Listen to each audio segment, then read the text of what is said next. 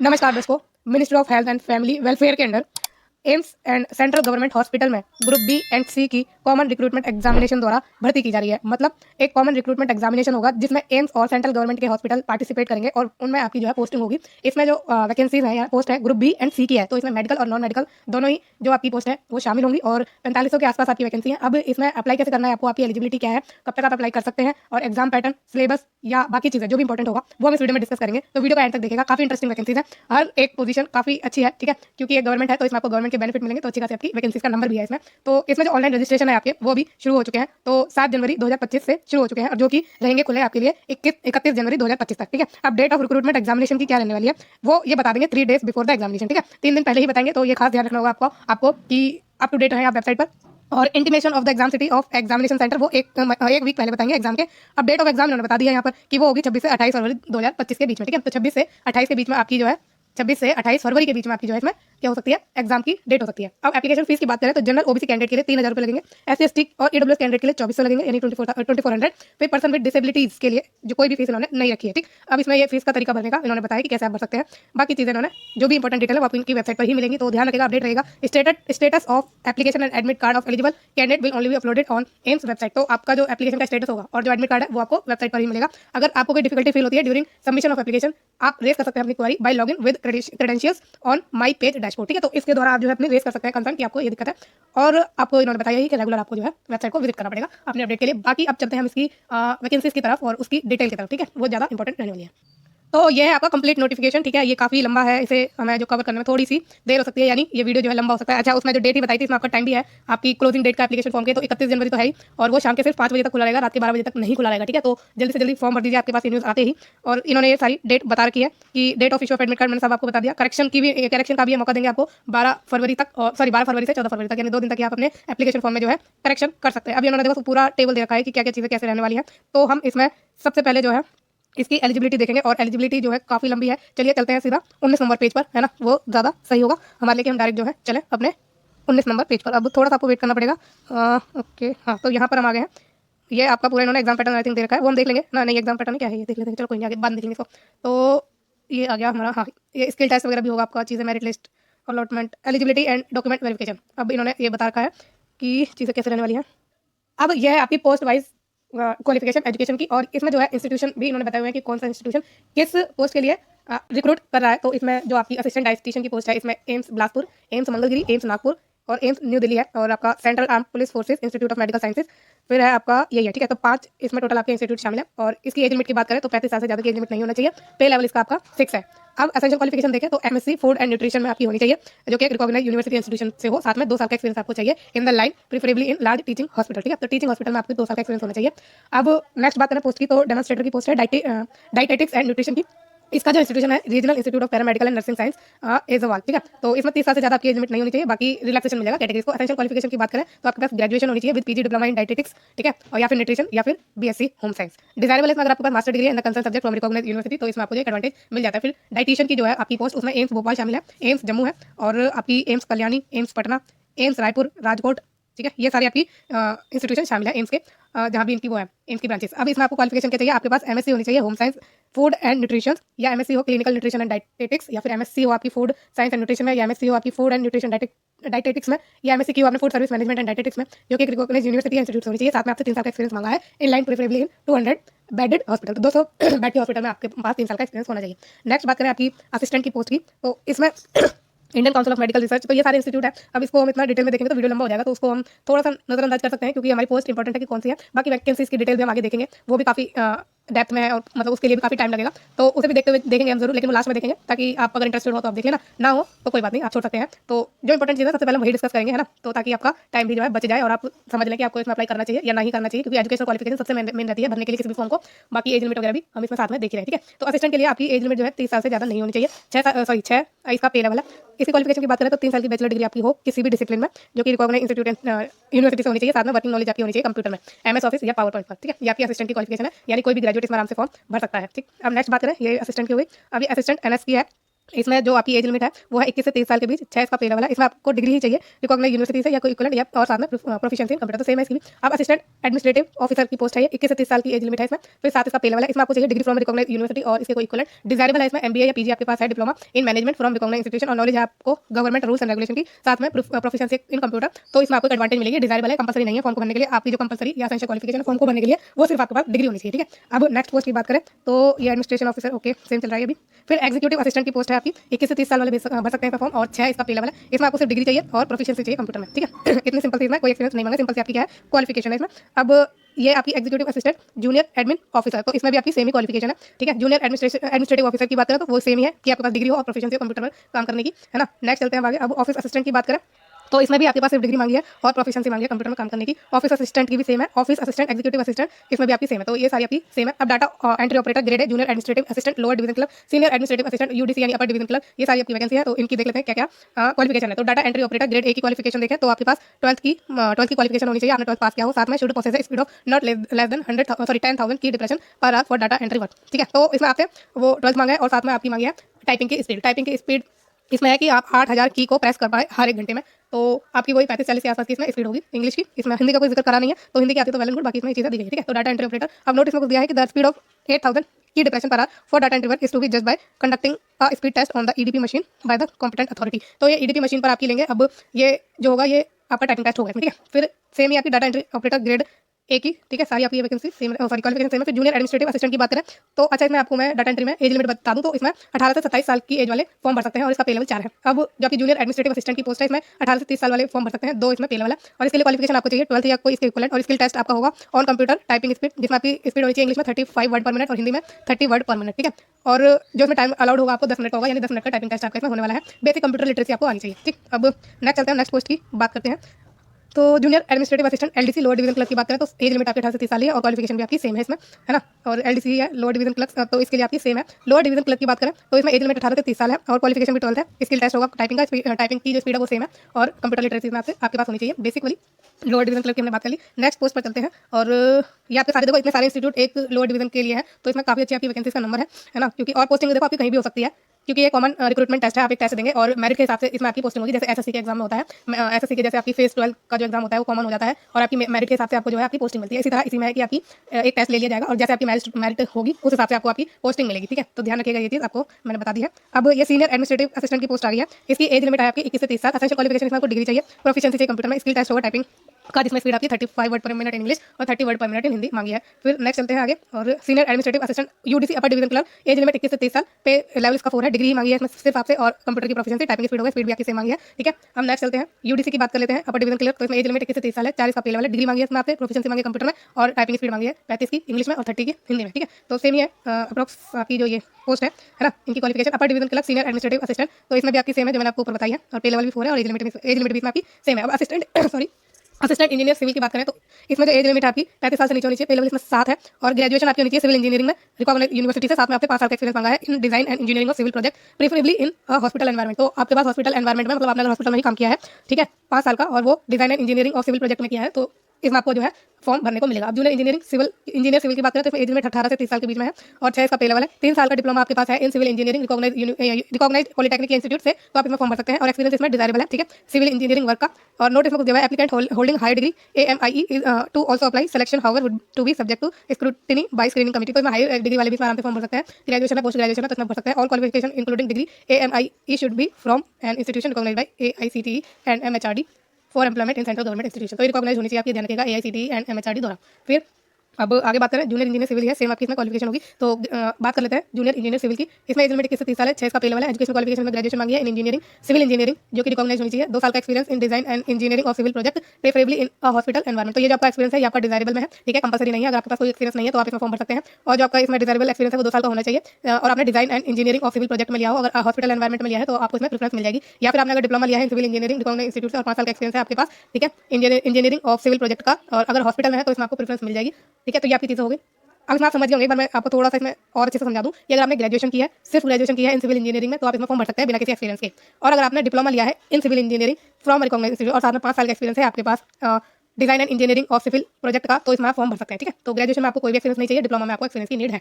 अब सेम ये junior engineer same आपका इसमें चीज़ें रहने वाली हैं, है ना। आगे बढ़ते हैं हम सीधा और नेक्स्ट पोस्ट की बात करते हैं जूनियर इंजीनियर का भी आगे असिस्टेंट इंजीनियर इलेक्ट्रिकल। इसमें पे लेवल 7 है, एज लिमिट 35 साल है, ग्रेजुएशन आपसे मांगी है इन इलेक्ट्रिकल इंजीनियरिंग, 5 साल का एक्सपीरियंस मांगा है इन डिजाइनिंग इंजीनियरिंग और सिविल प्रोजेक्ट, और प्रेफरेंस होने दी जाएगी जिन्होंने हॉस्पिटल एनवायरमेंट में काम किया होगा। ठीक है, और सेम ही इसमें आपकी चीज़ें रहने वाली है। और जूनियर इंजीनियर इलेक्ट्रिकल की बात कर लेते हैं तो इसमें जो एज लिमिट आपकी 30 साल है मैक्सिमम, 6 इसका पे लेवल है। इसमें आपसे मांगी है graduation in electrical engineering from recognised institute या यूनिवर्सिटी, और ग्रेजुएशन में आपको कोई एक्सपीरियंस नहीं चाहिए। डिजायरेबल इन्होंने बोला है कि अगर 2 साल का एक्सपीरियंस है in repair and maintenance of electrical system और वो हॉस्पिटल एनवायरमेंट में अगर आपने किया है प्रीफरेबली, तो इसमें आपको जो है क्या मिल जाएगी, प्रेफरेंस मिल जाएगी। और अगर आपने सिर्फ डिप्लोमा किया है, ग्रेजुएशन नहीं की, तो उसके साथ आपको 5 साल का एक्सपीरियंस चाहिए in repair and maintenance of electrical system, और अगर वो हॉस्पिटल एनवायरमेंट में है तो उसमें आपको प्रेफरेंस मिल जाएगी। ठीक है, तो ये चीज़ हो गई आपकी जूनियर इंजीनियर इलेक्ट्रिकल की। और इसमें एज लिमिट मैंने आपको बता दी है ना, बता दी मैंने इसमें आपको एज लिमिट। नेक्स्ट चलते हैं नेक्स्ट पोस्ट की बात करते हैं। जूनियर इंजीनियर हो गया है असिस्टेंट इंजीनियर AC&R की बात करें तो 7 इसका पे लेवल है, 35 साल इसकी एज लिमिट है। ग्रेजुएशन इसमें आपसे मांगी है मैकेनिकल या इलेक्ट्रिकल इंजीनियरिंग, और 5 साल का एक्सपीरियंस मांगा है इन डिजाइन एंड इंजीनियरिंग और civil project, preferably in hospital environment. तो अगर आपने हॉस्पिटल एनवायरमेंट में काम किया है ना तो इसमें आपको प्रेफरेंस तो मिलेगी। और असिस्टेंट इंजीनियरिंग की जो ये पोस्ट है इसमें आपको ग्रेजुएशन के साथ 5 साल का एक्सपीरियंस चाहिए ही चाहिए। ठीक है, इसमें कोई आपको ऑप्शन नहीं दिया गया है। और नेक्स्ट बात करें तो ये सेम ही आपकी क्वालिफिकेशन आपकी assistant engineer air conditioning and refrigeration, ये सेम आपकी दोनों पोस्ट हैं, क्योंकि इसमें आपको शॉर्ट फॉर्म दिया है तो इसमें फुल फॉर्म दे दिया। ठीक है, क्वालिफिकेशन इसमें आपकी सेम है। ठीक, अब इसमें एक्सपीरियंस भी 5 साल का ही है। नेक्स्ट चलते हैं आगे, और पे लेवल भी सेम है। नेक्स्ट बात करें junior engineer AC and refrigeration, तो 6 पे लेवल है, 18 से 30 साल वाले इसमें फॉर्म भर सकते हैं। 3 साल का अगर आपने डिप्लोमा लिया है in mechanical engineer plus specialisation है in refrigeration and air conditioning from recognised polytechnic institution से, तो इसमें आप फॉर्म भर सकते हैं। एक्सपीरियंस इसमें डिजायरेबल है। ठीक है, एक्सपीरियंस इसमें कंपलसरी नहीं है, सिर्फ 3 साल के डिप्लोमा वाले भी इसमें फॉर्म भर सकते हैं। एक्सपीरियंस इसमें in air conditioning and refrigeration का वर्क का है, तो इसमें आपको प्रेफरेंस मिल जाएगी। ठीक है, तो ये चीज़ आपकी हो गई। नेक्स्ट चलते हैं आगे, जूनियर इंजीनियर की बात कर लिया हमने, सेम ही इसमें आगे है आपकी पोस्ट, अलग अलग इंस्टीट्यूशन से सेम पोस्ट के लिए वैकेंसीज है। और चलते हैं आगे नेक्स्ट पोस्ट की बात करते हैं। तो ओके, हाँ तो ग्रेजुएशन इन, ठीक है, थोड़ा सा इसमें एक चेंज हम देख रहे हैं यहाँ पे। ओके, तो इसमें तो आपसे सिर्फ डिप्लोमा ही मांगा था, तो ये वाला जो जूनियर इंजीनियर ACNR भुवनेश्वर के लिए, जो भुवनेश्वर से जो वैकेंसी है इसमें वो 6 लेवल इसका पे और 30 साल इसकी एज लिमिट है। इसमें आपसे ग्रेजुएशन मांगी है इलेक्ट्रिकल या मैकेनिकल इंजीनियरिंग, जो कि रिकॉग्नाइज्ड इंस्टीट्यूट यूनिवर्सिटी से होनी चाहिए। अब इसमें 2 साल का जो एक्सपीरियंस है वो डिजायरेबल है, और वो maintenance of large scale air conditioning and refrigeration system का है। ठीक है, तो इसमें सिर्फ ग्रेजुएशन वाले भी फॉर्म भर सकते हैं जूनियर इंजीनियरिंग की पोस्ट के लिए, ACNR के लिए। अगर आपने डिप्लोमा लिया है तो उसके साथ आपको 5 साल का एक्सपीरियंस चाहिए। ग्रेजुएशन है तो उसमें कोई एक्सपीरियंस की नीड नहीं है, वो डिजायरेबल एक्सपीरियंस है, लेकिन डिप्लोमा लिया है तो उसमें 5 साल का एक्सपीरियंस आपका कंपलसरी होना चाहिए। ठीक है, तो आगे बढ़ते हैं, जाते हैं नेक्स्ट पोस्ट की डिटेल, है ना। तो ये हमने बात कर ली है इसकी जूनियर इंजीनियर की। अब हम आ गए हैं हाँ ऑटोमीटर टेक्नीशियन की पोस्ट पर, और इसमें जो एज लिमिट है 18 से 25 साल की है, रिलैक्सेशन तो मिल ही जाएगा, पता ही है आपको। और इसमें जो पे लेवल है वो 5 है। क्वालिफिकेशन की बात करें तो 4 साल की डिग्री आपके पास होनी चाहिए इन ऑडियोलॉजी, इंक्लूडिंग 1 साल की इंटर्नशिप, या फिर 2 साल का अगर आपने डिप्लोमा लिया है इन ऑडियोलॉजी, साथ में 2 साल की प्रैक्टिकल एक्सपीरियंस है इन ऑडियोमीटर टेक्नीशियन इन हॉस्पिटल और ऑर्गेनाइजेशन ऑफ द सेंट्रल या स्टेट गवर्नमेंट के या फिर ऑटोनोमस बॉडी, कोई भी गवर्नमेंट की स्टैट्यूटरी बॉडी में, पब्लिक सेक्टर के अंडरटेकिंग में है, आपके पास एक्सपीरियंस, आप इसमें फॉर्म भर सकते हैं। ठीक है, 4 साल की डिग्री आपकी ऑडियोलॉजी में, तो उसके साथ आपको 1 साल की इंटर्नशिप चाहिए, और अगर 2 साल का डिप्लोमा लिया है तो उसके साथ आपको 2 साल का प्रैक्टिकल एक्सपीरियंस चाहिए एज ऑडियोमीटर टेक्नीशियन। ठीक है, तो ये चीज़ें आपकी इसमें ऑडियोमीटर टेक्नीशियन की पोस्ट के लिए। नेक्स्ट बढ़े आगे, और ये ऑडियोमीटर का ही चल रहा है, इसमें पे लेवल मैंने आपको बता दिया है 5 है। चलते हैं आगे, और audiometer technician. Okay, next post पर सीधा चलेंगे हम। जूनियर ऑडियोलॉजिस्ट स्पीच थेरेपिस्ट की पोजीशन है, 21 से 30 साल इसमें 21 से 30 साल की एज वाले इसमें फॉर्म भर सकते हैं। 6 इसका पे लेवल है। इसमें आपको BSc डिग्री चाहिए in speech and hearing from recognised institution, desirable है इसमें MSc in speech and hearing, clinical experience in hospital, तो इसमें आपको प्रेफरेंस मिल जाएगी। बाकी सिर्फ इसमें BSc डिग्री वाले जिन्होंने स्पीच एंड हियरिंग में अपनी डिग्री ली है वो इसमें फॉर्म भर सकते हैं। ठीक है, तो ये भी आपकी सेम पोस्ट है। तो चलते हैं अगली पोस्ट पर।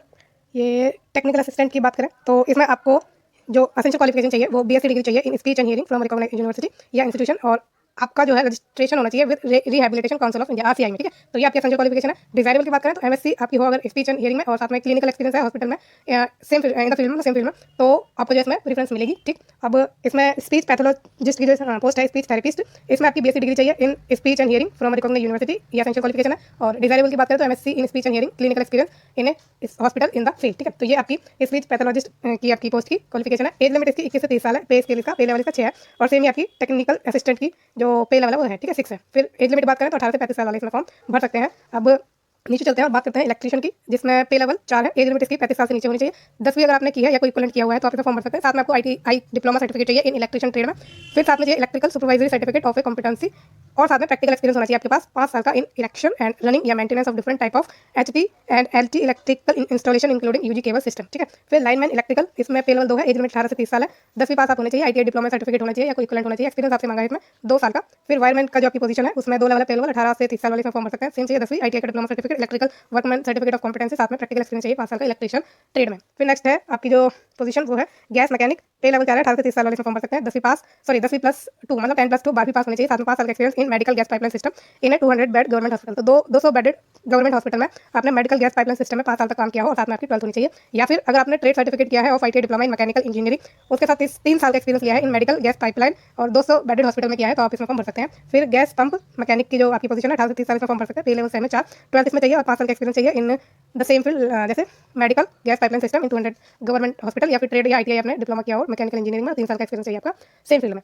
फिर मैनीफोल्ड रूम अटेंडेंट की बात करें तो 2 पहले वाला इसका, और 18 से 30 साल इसमें एज लिमिट है। 12 पास चाहिए with science from recognised board, और 3 साल का एक्सपीरियंस चाहिए in medical gas pipeline system 200 bedded hospital में। फिर ये मैनीफोल्ड टेक्नीशियन गैस स्टीवर्ड है, 5 पहले वाला, 25 से 35 साल वाले इसमें फॉर्म भर सकते हैं। 12वीं पास हो और साथ में 7 साल का एक्सपीरियंस चाहिए in medical gas pipeline system 200 bedded hospital में, या फिर आपने ट्रेड सर्टिफिकेट किया है, ITI डिप्लोमा किया है मैकेनिकल इंजीनियरिंग, साथ में 5 साल का एक्सपीरियंस किया है in medical gas pipeline 200 bedded hospital में, तो आप इसमें फॉर्म भर सकते हैं। ठीक है, या तो 12th है, 12th के साथ 7 साल का एक्सपीरियंस चाहिए, और अगर ट्रेड या ITI है तो उसमें आपको 5 साल का एक्सपीरियंस चाहिए। ठीक है, फिर नेक्स्ट बात करें तो सेम है manifold technician gas steward gas keeper, 25 से 35 साल की एज लिमिट है, 5 इसका पे स्केल है, और इसका में सेम आपकी क्वालिफिकेशन है। ठीक, फिर नेक्स्ट बात करें पंप मैकेनिक की, इसमें 18 से 30 साल की एज लिमिट है, 4 इसका पे लेवल है, 12 चाहिए, 5 साल के एक्सपीरियंस के साथ इन medical gas pipeline system 200 bedded hospital में, या फिर ITI या डिप्लोमा किया है आपने मैकेनिकल इंजीनियरिंग में तो उसके साथ आपको 3 साल का एक्सपीरियंस चाहिए। नेक्स्ट बात करें ड्राफ्ट्समैन की ग्रेड हेड की, तो 18 से 30 साल इसमें एज लिमिट है आपकी, और 4 इसका पे लेवल है। इसमें आपको 10th चाहिए या कोई इक्विवेलेंट आपके पास क्वालिफिकेशन होनी चाहिए, और साथ में आपके पास 2 साल का डिप्लोमा या सर्टिफिकेट हो इन सिविल ड्राफ्ट्समैनशिप फ्रॉम ITI और इक्विवेलेंट फ्रॉम रिकॉग्नाइज्ड यूनिवर्सिटी। ठीक है, तो डिप्लोमा सर्टिफिकेट है सिविल ड्राफ्ट्समैनशिप में, वो ITI से आपने किया है या किसी इक्विवेलेंट इंस्टीट्यूट से किया तो इसमें फॉर्म भर सकते हैं। ये एसेंशियल है। डिजायरेबल में आपसे 1 साल का एक्सपीरियंस मांगा है इन द लाइन, तो ये डिजायरेबल है। अगर आपके पास एक्सपीरियंस नहीं है तो without experience you can apply for this post. Next बात करें असिस्टेंट लॉन्ड्री सुपरवाइजर, तो इसमें एज लिमिट 18 से 30 साल है, 40 का पे लेवल है, 12th पास आप होनी चाहिए, कोई इक्विवेलेंट आपके पास सर्टिफिकेट होना चाहिए, साथ में डिप्लोमा सर्टिफिकेट है अगर ड्राई क्लीनिंग या लॉन्ड्री टेक्नोलॉजी में तो आप इसमें फॉर्म भरिए, और 2 साल का एक्सपीरियंस भी आपसे इसमें मांगा है रेप्यूटेड मैकेनाइज्ड लॉन्ड्री में। ठीक है, एक्सपीरियंस आपको होना चाहिए। फिर सेम इसमें आपकी नेक्स्ट पोजीशन है। अब चलते हैं लॉन्ड्री सुपरवाइजरी, इसमें एज लिमिट आपकी 18 से 30 साल है, पे लेवल सेम है, और सेम ही आपकी इसमें क्वालिफिकेशन है। ठीक है, तो इसमें डिप्लोमा सर्टिफिकेट आपका ड्राई क्लीनिंग लॉन्ड्री में ही होना चाहिए, और 2 साल का एक्सपीरियंस आपसे मांगा ही है। फिर स्टोर कीपर ड्रग्स की बात करें तो इसमें जो एज लिमिट है 18 से 30 साल है, 6 इसका पे लेवल है। एसेंशियल क्वालिफिकेशन की बात करें तो आपकी डिग्री होनी चाहिए फार्मेसी में रिकॉग्नाइज्ड यूनिवर्सिटी या इंस्टीट्यूट से, सिर्फ आपसे यही मांगा है एसेंशियल क्वालिफिकेशन, एक्सपीरियंस आपसे इसमें कोई भी नहीं मांगा। ठीक है, और डिजायरेबल एक्सपीरियंस इसमें मांगा है कि अगर आपके पास storing and distribution of drug in drug store of hospital और वेल एस्टैब्लिश्ड फार्मास्यूटिकल कंसर्न है तो आप इसमें फॉर्म भर सकते हैं। अब कितने साल का है इसमें ये नहीं बोला। ठीक है, तो अच्छा, मैं वैसे एक्सपीरियंस है, मैं थोड़ा गलत बोल दिया, इसमें आपसे एक्सपीरियंस मांगा है क्योंकि ए एसेंशियल क्वालिफिकेशन है और बी भी एसेंशियल है आपका। ठीक है, तो इसमें एक्सपीरियंस आपसे मांगा है, तो डिग्री फार्मेसी अगर आपके पास है तो इसमें जो एक्सपीरियंस है वो आपका क्या है, डिजायरेबल है। ठीक है, तो अगर आपके पास सिर्फ डिग्री है तो आप इसमें फॉर्म भरिए, क्योंकि डिग्री के साथ आपको कोई एक्सपीरियंस नहीं चाहिए। अगर आपने डिप्लोमा किया है, ठीक है, तो आपको इसमें 3 साल का एक्सपीरियंस चाहिए in drug store of a hospital और as well establishment pharmaceutical concern. ठीक, समझ गया, डिग्री के साथ आपको कोई एक्सपीरियंस की नीड नहीं है, वो डिजायरेबल एक्सपीरियंस वाला। और अगर आपने डिप्लोमा लिया है तो इसमें आपको एक्सपीरियंस की नीड है 3 साल की। ठीक है, समझ गया, तो इसमें without experience you can apply for store keeper post, right. अब नेक्स्ट है ना, समझ गया आप इसको अच्छे से। अब चलते हैं आगे। अब स्टोर कीपर जनरल की बात करें तो इसका पे लेवल 6 है, 18 से 30 साल वाले इसमें फॉर्म भर सकते हैं। बैचलर डिग्री इसमें आपको चाहिए और 2 साल का एक्सपीरियंस चाहिए in handling stores and keeping account in store और कंसर्न ऑफ एप्योर्ड इन पब्लिक या प्राइवेट सेक्टर। ठीक है, 2 साल का एक्सपीरियंस आपके पास होना चाहिए स्टोर और कीपिंग अकाउंट को हैंडल करने का, जो कि होना चाहिए कंसर्न रेप्यूट पब्लिक सेक्टर या प्राइवेट सेक्टर में। या फिर अगर आपने पोस्ट ग्रेजुएशन की है विद मटेरियल या store management as a subject तो इसमें आपको कोई एक्सपीरियंस की नीड नहीं है। ठीक है, बैचलर डिग्री की है तो 2 साल का एक्सपीरियंस चाहिए, अगर पोस्ट ग्रेजुएशन की है तो उसमें आपको कोई एक्सपीरियंस नहीं चाहिए। फिर ये सेम आपकी पोस्ट है नेक्स्ट, और सेम आपकी क्वालिफिकेशन है। चलते हैं फार्मासिस्ट होम्योपैथी की पोस्ट पर, पे लेवल 5 है, एज लिमिट 18 से 25 साल है, क्वालिफिकेशन इसमें 12 पास है साइंस से। ठीक है, और साथ में डिप्लोमा या सर्टिफिकेट आपके पास होना चाहिए in homeopathy pharmacy of at least 1 year duration, 1 साल का कम से कम आपके पास होम्योपैथी फार्मेसी का क्या होना चाहिए, सर्टिफिकेट या डिप्लोमा होना चाहिए जो कि सेंट्रल या गवर्नमेंट रिकॉग्नाइज्ड हो। डिजायरेबल क्वालिफिकेशन की बात करें तो बेसिक नॉलेज कंप्यूटर की है, तो इसमें आपको प्रेफरेंस मिल जाएगी। सेम फार्मासिस्ट होम्योपैथी की नेक्स्ट आपकी पोस्ट है। अब फार्मासिस्ट होम्योपैथी ही चल रहा है अभी भी। ओके, आगे चलते हैं, बढ़ते हैं। कैशियर की ये पोस्ट है, इसमें जो है 21 से 30 साल वाले फॉर्म भर सकते हैं, 4 इसका पे लेवल है। इसमें अप्लाई करने के लिए आपके पास कॉमर्स की डिग्री होनी चाहिए, साथ में 2 साल का एक्सपीरियंस होना चाहिए अकाउंट्स वर्क को हैंडल करने का गवर्नमेंट ऑर्गेनाइजेशन में, साथ में प्रोफिशिएंसी चाहिए कंप्यूटर एप्लीकेशन की। ठीक है, नेक्स्ट भी आपका कैशियर की ही पोस्ट है। अब बढ़ते हैं हम चीफ कैशियर की पोस्ट पर, 7 इसका पे लेवल है, 21 से 35 साल वाले इसमें फॉर्म भर सकते हैं। ग्रेजुएशन इन कॉमर्स चाहिए और 5 साल का एक्सपीरियंस चाहिए आपको handling cash and account work in government organisation. ठीक है, गवर्नमेंट ऑर्गेनाइजेशन में कैश एंड अकाउंट्स का वर्क आपने किया हुआ हो तो आप इसमें फॉर्म भर सकते हैं। जूनियर अकाउंट्स की बात करें, ऑफिसर अकाउंटेंट 6 इसका पे लेवल है, 21 से 30 साल वाले इसमें फॉर्म भर सकते हैं। अगर आपने कॉमर्स किया है, ग्रेजुएशन मतलब सॉरी ग्रेजुएशन में कॉमर्स किया, कॉमर्स से ग्रेजुएशन किया है तो इसमें फॉर्म भरिए, लेकिन साथ में आपको 2 साल का एक्सपीरियंस चाहिए सेम अकाउंट वर्क का। ठीक है, गवर्नमेंट ऑर्गेनाइजेशन में। और जूनियर अकाउंट्स ऑफिसर की बात करें, पे लेवल भी सेम है, एज लिमिट भी सेम है, और आपका क्वालिफिकेशन और एक्सपीरियंस भी सेम है, राइट। नेक्स्ट बढ़ते हैं अब आगे, और आपके जो नेक्स्ट पोस्ट है कौन सी, जूनियर मेडिकल रिकॉर्ड ऑफिसर की, रिसेप्शनिस्ट की। ठीक, 5 साल नहीं, 5 इसका पे लेवल है, 21 से 35 साल वाले इसमें फॉर्म भर सकते हैं। एसेंशियल क्वालिफिकेशन की बात करें तो डिग्री चाहिए इसमें आपको मास कम्युनिकेशन की या हॉस्पिटल एडमिनिस्ट्रेशन की या हॉस्पिटैलिटी मैनेजमेंट की रिकॉग्नाइज्ड यूनिवर्सिटी इंस्टीट्यूट की आपकी डिग्री होनी चाहिए। ठीक है, साथ में एबिलिटी आपकी हो कंप्यूटर को यूज करने की, हैंड्स ऑन एक्सपीरियंस होना चाहिए in office application, spreadsheet and presentation. ठीक है, तो इसमें आपसे जो है सिर्फ ग्रेजुएशन मांगी है, बाकी आपको कंप्यूटर की नॉलेज होनी चाहिए, कंप्यूटर चलाना आना चाहिए, उसमें आपको MS ऑफिस आना चाहिए। ठीक है, और अगर आपके पास एक्सपीरियंस है स्प्रेडशीट एंड प्रेजेंटेशन का तो वेल एंड गुड। और इसमें एक्सपीरियंस कुछ साल का मतलब कुछ साल इसमें मेंशन नहीं करा, अगर 1-2 महीने 4 महीने 6 महीने जितना भी का भी है उसमें फॉर्म भरिए। फिर रिसेप्शनिस्ट की पोस्ट नेक्स्ट 5 पे लेवल इसका 18 से 30 साल वाले इसमें फॉर्म भर सकते हैं। डिग्री चाहिए इसमें किसी भी स्ट्रीम से, किसी भी फील्ड में, किसी भी डिसिप्लिन में, पोस्ट ग्रेजुएशन डिप्लोमा होना चाहिए इन जर्नलिज्म या पब्लिक रिलेशन में। ठीक है, डिजायरेबल मांगे, सॉरी डिजायरेबल की बात करें तो एक्सपीरियंस अगर आपके पास है इन पब्लिक रिलेशन या पब्लिकेशन या प्रिंटिंग या पब्लिशिंग में तो आप इसको प्रेफरेंस मिल जाएगी। Exposure to working on personal computer, तो पर्सनल कंप्यूटर बेसिकली आजकल की नीड है तो ये आपको आना ही चाहिए। इसमें ये डिजायरेबल है, अगर आपको नहीं भी आता तब भी आप इसमें फॉर्म भर सकते हैं। ठीक है, तो इसमें without experience you can apply for the receptionist post. ठीक, तो इसमें कोई एक्सपीरियंस की नीड नहीं है। ठीक है, नेक्स्ट चलता है आगे। अब junior medical record officer semi post I think नहीं, सेम नहीं है, हम इसकी शायद ऊपर बात कर चुके हैं। हाँ, हम बात कर चुके हैं, लेकिन फिर भी एक बार क्वालिफिकेशन देख लेते हैं। तो इसमें पे लेवल आपका 5 है, 21 से 35 साल एज लिमिट है। इसमें आपको चाहिए जूनियर मेडिकल रिकॉर्ड ऑफिसर के लिए बीएससी मेडिकल रिकॉर्ड, बीएससी अगर आपने किया मेडिकल रिकॉर्ड में, या फिर 12th की है साइंस से रिकॉग्नाइज बोर्ड से, और 6 मंथ का कम से कम आपके पास डिप्लोमा या सर्टिफिकेट है इन मेडिकल रिकॉर्ड कीपिंग। ठीक है, मेडिकल रिकॉर्ड कीपिंग का आपके पास 6 मंथ का डिप्लोमा या सर्टिफिकेट है जो कि रिकॉग्नाइज होना चाहिए इंस्टीट्यूट या यूनिवर्सिटी से, और साथ में 2 साल का एक्सपीरियंस भी आपसे मांगा है in medical record keeping in hospital. तो आप इसमें फॉर्म भर सकते हैं। साथ में एबिलिटी होनी चाहिए आपको कंप्यूटर की। ठीक है, हैंड्स ऑन एक्सपीरियंस होना चाहिए in office application like spreadsheet and presentation. Typing भी आपसे मांगी है, और 35 वर्ड पर मिनट होनी चाहिए इंग्लिश की, और या फिर हिंदी की होनी चाहिए 30 वर्ड पर मिनट की। ठीक, तो ये आप समझिए अच्छे से। अब जूनियर मेडिकल रिकॉर्ड की बात करें तो 5 पे लेवल है, 21 से 35 साल वाले इसमें फॉर्म भर सकते हैं। बीएससी मेडिकल रिकॉर्ड इसमें मांगी है सिर्फ, या फिर अगर आपने 12th की है साइंस से और साथ में 6 मंथ का आपके पास डिप्लोमा सर्टिफिकेट कोर्स है मेडिकल रिकॉर्ड कीपिंग का, तो आप इसमें फॉर्म भर सकते हैं, और 2 साल का एक्सपीरियंस भी इसमें आपसे मांगा है मेडिकल रिकॉर्ड कीपिंग का। ठीक है, अगर आपने सिर्फ एमएससी की है मेडिकल रिकॉर्ड्स में तो आप इसमें फॉर्म भर सकते हैं विदाउट एक्सपीरियंस। लेकिन अगर आपने 12th की है साइंस से और साथ में उसमें आपको 6 महीने का डिप्लोमा भी या सर्टिफिकेट भी लगेगा, और साथ में 2 साल का एक्सपीरियंस लगेगा 12th होने के केस में। ऐसा ही आपका सेम ऊपर वाली का क्वालिफिकेशन है। ठीक है, तो ये दोनों आपके सेम ही क्वालिफिकेशन है, इसमें थोड़ा ढंग से इन्होंने लिख दिया है दूसरी वाली में। अब जूनियर मेडिकल रिकॉर्ड ऑफिसर ये भी सेम ही है ना, तो एबिलिटी टू यूज कंप्यूटर वगैरह ये सब चीज़ें कॉमन है, आपको आनी ही चाहिए। चलते हैं अब आगे, CSSD असिस्टेंट ग्रेड 1। ठीक है, पे लेवल 4 है, 18 से 27 साल वाले इसमें फॉर्म भर सकते हैं। क्वालिफिकेशन आपके पास होनी चाहिए बीएससी माइक्रोबायोलॉजी में या फार्माकोलॉजी में या फिर मेडिकल टेक्नोलॉजी माइक्रोबायोलॉजी में, और उसके साथ 1 साल का एक्सपीरियंस मांगा है इन CSSD ऑफिस हॉस्पिटल या फार्मास्यूटिकल या फिर ऑपरेशन थिएटर इन हॉस्पिटल। ठीक, या फिर अगर आपने नर्सिंग ऑफिसर का वो with 1 experience in operation theatre, ठीक है, नर्सिंग ऑफिसर के रूप में काम किया है 1 साल तक ऑपरेशन थिएटर में या CSSD में इन हॉस्पिटल, तो इसमें आप फॉर्म भर सकते हैं। और अच्छा, इस नर्सिंग ऑफिसर के साथ साथ आपके पास रजिस्ट्रेशन भी होना चाहिए in Indian nursing council, state nursing council में। या फिर अगर आपके पास ये वाली क्वालिफिकेशन नहीं है तो आपने थिएटर असिस्टेंट कोर्स किया हुआ है, CSSD डिप्लोमा लिया हुआ है, कोर्स विद 2 ईयर एक्सपीरियंस, 2 साल का एक्सपीरियंस है साथ में इन CSSD या ऑपरेशन थिएटर का, तो आप इसमें फॉर्म भर सकते हैं। और अगर आपके पास ये वाली भी नहीं है तो 12th अगर आपने किया साइंस से जो कि रिकॉग्नाइज्ड यूनिवर्सिटी या बोर्ड की है, और साथ में 3 साल का एक्सपीरियंस है इन CSSD operation theatre and blood bank में, और हॉस्पिटल में एक्सपीरियंस लिया हुआ है, तो आप इसमें फॉर्म भर सकते हैं। ठीक है, तो आपके पास इन चारों में से एक क्वालिफिकेशन होना जरूरी है। नेक्स्ट बात करें CSSD सुपरवाइजर की, 6 का पे लेवल है, 30 साल से नीचे आपकी एज लिमिट, मतलब 30 साल से नीचे आपकी एज होनी चाहिए। अब इसमें आपसे सेम मांगा है बीएससी इन माइक्रोबायोलॉजी या फार्माकोलॉजी या मेडिकल टेक्नोलॉजी, और मेडिकल टेक्नोलॉजी में माइक्रोबायोलॉजी आपकी होनी चाहिए, साथ में 3 साल का एक्सपीरियंस मांगा है CSSD हॉस्पिटल के। ठीक है, या फिर फार्मास्यूटिकल में या ऑपरेशन थिएटर में हॉस्पिटल के। ठीक है, और या फिर आपने nursing officer with 3 year experience लिया है इन ऑपरेशन थिएटर या CSSD इन हॉस्पिटल, और रजिस्ट्रेशन आपका होना चाहिए इंडियन नर्सिंग काउंसिल में या स्टेट नर्सिंग काउंसिल में, या फिर आपके पास थिएटर असिस्टेंट कोर्स या CSSD डिप्लोमा होना चाहिए, और 4 साल का एक्सपीरियंस होना चाहिए इन CSSD ऑपरेशन थिएटर में। ठीक है, तो इसमें एक्सपीरियंस का थोड़ा है कि इसमें 3 साल का एक्सपीरियंस मांगा है ऊपर वाले में, जो आपका असिस्टेंट ग्रेड 1 है CSSD असिस्टेंट ग्रेड 1, तो इसमें आपसे 3 साल का एक्सपीरियंस मांगा है। ठीक है, और आपका जो CSSD सुपरवाइजर का पोस्ट है उसमें आपसे 4 साल का एक्सपीरियंस मांगा है, सिर्फ एक्सपीरियंस का ही फर्क है। आप CSSD टेक्नीशियन की बात करें तो 6 पहले वाला है, 21 से 35 साल एज लिमिट है, बीएससी मांगी है इसमें सेम माइक्रोबायोलॉजी में या मेडिकल टेक्नोलॉजी में, साथ में 3 साल का एक्सपीरियंस मांगा है CSSD में इन 200 बेडेड हॉस्पिटल में। या फिर अगर आपके पास क्वालिफिकेशन नहीं है तो स्टाफ नर्स एक ग्रेड रजिस्ट्रेशन होना चाहिए with 2 year experience in CSSD in 200 bedded hospital में। या फिर अगर आपके पास ये भी नहीं है तो थिएटर असिस्टेंट कोर्स आपने किया है, 4 साल का एक्सपीरियंस भी लिया है इन CSSD 200 बेड के हॉस्पिटल में, तो आप इसमें फॉर्म भर सकते हैं। इन तीनों में से एक क्वालिफिकेशन होना आपके लिए कंपलसरी है। फिर नेक्स्ट भी आपकी CSSD टेक्नीशियन की ही पोस्ट है। अब सीनियर CSSD टेक्नीशियन की बात करें तो इसमें पे लेवल 5 है, 18 से 27 साल वाले इसमें फॉर्म भर सकते हैं। बीएससी मांगी है इसमें माइक्रोबायोलॉजी या फार्माकोलॉजी या मेडिकल टेक्नोलॉजी माइक्रोबायोलॉजी में, 2 साल का एक्सपीरियंस मांगा है CSSD में हॉस्पिटल के फार्मास्यूटिकल में या फिर ऑपरेशन थिएटर में, या फिर nursing officer with 2 year experience in operation theatre या CSSD इन हॉस्पिटल, और साथ में रजिस्ट्रेशन होना चाहिए इंडियन नर्सिंग काउंसिल में, स्टेट नर्सिंग काउंसिल में, थिएटर असिस्टेंट, या फिर अगर आपके पास ये नहीं है तो आपके पास थिएटर असिस्टेंट कोर्स है CSSD डिप्लोमा कोर्स है 3 साल के एक्सपीरियंस के साथ इन CSSD या ऑपरेशन थिएटर में, तो आप इसमें फॉर्म भर सकते हैं। ठीक है, तो ये तो हो गई आपकी CSSD टेक्नीशियन सीनियर की पोस्ट की बात। ठीक है, नेक्स्ट बात करें जूनियर मेडिकल लैब टेक्नोलॉजिस्ट की, इसका पे लेवल 5 है, 18 से 27 साल की एज लिमिट है। 12th इसमें मांगी है साइंस से, और इसमें 12th में जो आपके साइंस में सब्जेक्ट होने चाहिए, फिजिक्स होना चाहिए, केमिस्ट्री एंड बायोलॉजी या फिर बायोटेक्नोलॉजी होना चाहिए, साथ में 2 साल का रेगुलर डिप्लोमा है इन मेडिकल लैबोरेटरी टेक्नोलॉजी में from any government recognised university institution, जिसमें 1 साल का रेलेवेंट एक्सपीरियंस हो आपका in laboratory attached with hospital having minimum 100 bed. तो 100 बेड के हॉस्पिटल में अगर आपने मेडिकल लैबोरेटरी टेक्नोलॉजी में एक्सपीरियंस अपना लिया है तो आप इसमें फॉर्म भर सकते हैं। ठीक है, और या फिर अगर आपने 12th की है with subject physics chemistry and biology या फिर टेक्नोलॉजी, और साथ में बीएससी की है मेडिकल लैबोरेटरी टेक्नोलॉजी में या bachelor of medical laboratory technology की है, तो आप इसमें फॉर्म भर सकते हैं। 12th और बीएससी के केस में आपको कोई एक्सपीरियंस नहीं चाहिए, सिर्फ 12th के केस में आपको एक्सपीरियंस चाहिए। ठीक है, नेक्स्ट बात करें तो आपकी ये भी आपकी सेमी क्वालिफिकेशन रहने वाली है इसकी भी, है ना। अब चलते हैं आगे और बात करते हैं नेक्स्ट पोस्ट की, और ओके ये भी सेम है, ये भी आपकी सेम है लेबोरेटरी वाली, एक बार मैं फिर से चेक कर लूँ। ठीक है, अब ये भी आपकी जूनियर मेडिकल लैबोरेटरी टेक्नोलॉजी की ही पोस्ट है, लेकिन जिस इंस्टीट्यूट द्वारा ये आपकी निकाली गई है उसमें थोड़ी सी डिफरेंट क्वालिफिकेशन है, तो वो हम देख लेते हैं। तो इसमें एज लिमिट 18 से 25 साल है, 5 इसका पे लेवल है, इसमें आपको 12th पास होना चाहिए विद साइंस, जिसमें सब्जेक्ट इसमें कोई मेंशन नहीं करें। ठीक है, तो साइंस सब्जेक्ट से आपकी होनी चाहिए, और डिप्लोमा होना चाहिए साथ में मेडिकल लैबोरेटरी टेक्नोलॉजिस्ट का from any government recognised institution से विद 1 ईयर रेलेवेंट एक्सपीरियंस। ठीक है, तो 12th और डिप्लोमा और साथ में 1 साल का एक्सपीरियंस इसमें आपको लगेगा, तो ये आपकी इसमें एसेंशियल क्वालिफिकेशन है, सिर्फ यही है। ठीक है, तो डिजायरेबल क्वालिफिकेशन इसमें बैचलर डिग्री इन मेडिकल लैबोरेटरी साइंस है, तो इसमें आपको प्रेफरेंस मिल जाती है। तो ऊपर वाली जो है ना ये वाली क्वालिफिकेशन, इसमें तो आपको 12th के साथ एक्सपीरियंस चाहिए। ठीक है, कितने साल का चाहिए, वो आपको चाहिए 1 साल का। ठीक है, 12th के साथ इसमें सब्जेक्ट मेंशन किया है कि आपने जो 12th की हो वो साइंस सब्जेक्ट से की हो, उसमें सब्जेक्ट आपके फिजिक्स हो, केमिस्ट्री और बायोलॉजी हो, और बायोलॉजी नहीं है तो बायोटेक्नोलॉजी हो, ठीक है। साथ में डिप्लोमा भी इसमें आपसे मांगा है और 1 साल का एक्सपीरियंस भी मांगा है। और अगर आपके पास ये वाली क्वालिफिकेशन नहीं है तो आपसे 12th मांगी है सेम सब्जेक्ट के साथ, और साथ में बीएससी मांगी है मेडिकल लेबोरेटरी टेक्नोलॉजी में, या फिर bachelor of medical laboratory technology की क्वालिफिकेशन होनी चाहिए। ये वाली आपकी क्वालिफिकेशन मांगी है। जूनियर मेडिकल लैब टेक्नोलॉजी, जो कि institute central arm police forces institute of medical sciences द्वारा निकाली गई है। इस पोस्ट की जो वैकेंसी, इसके लिए ये क्वालिफिकेशन मांगी है ना।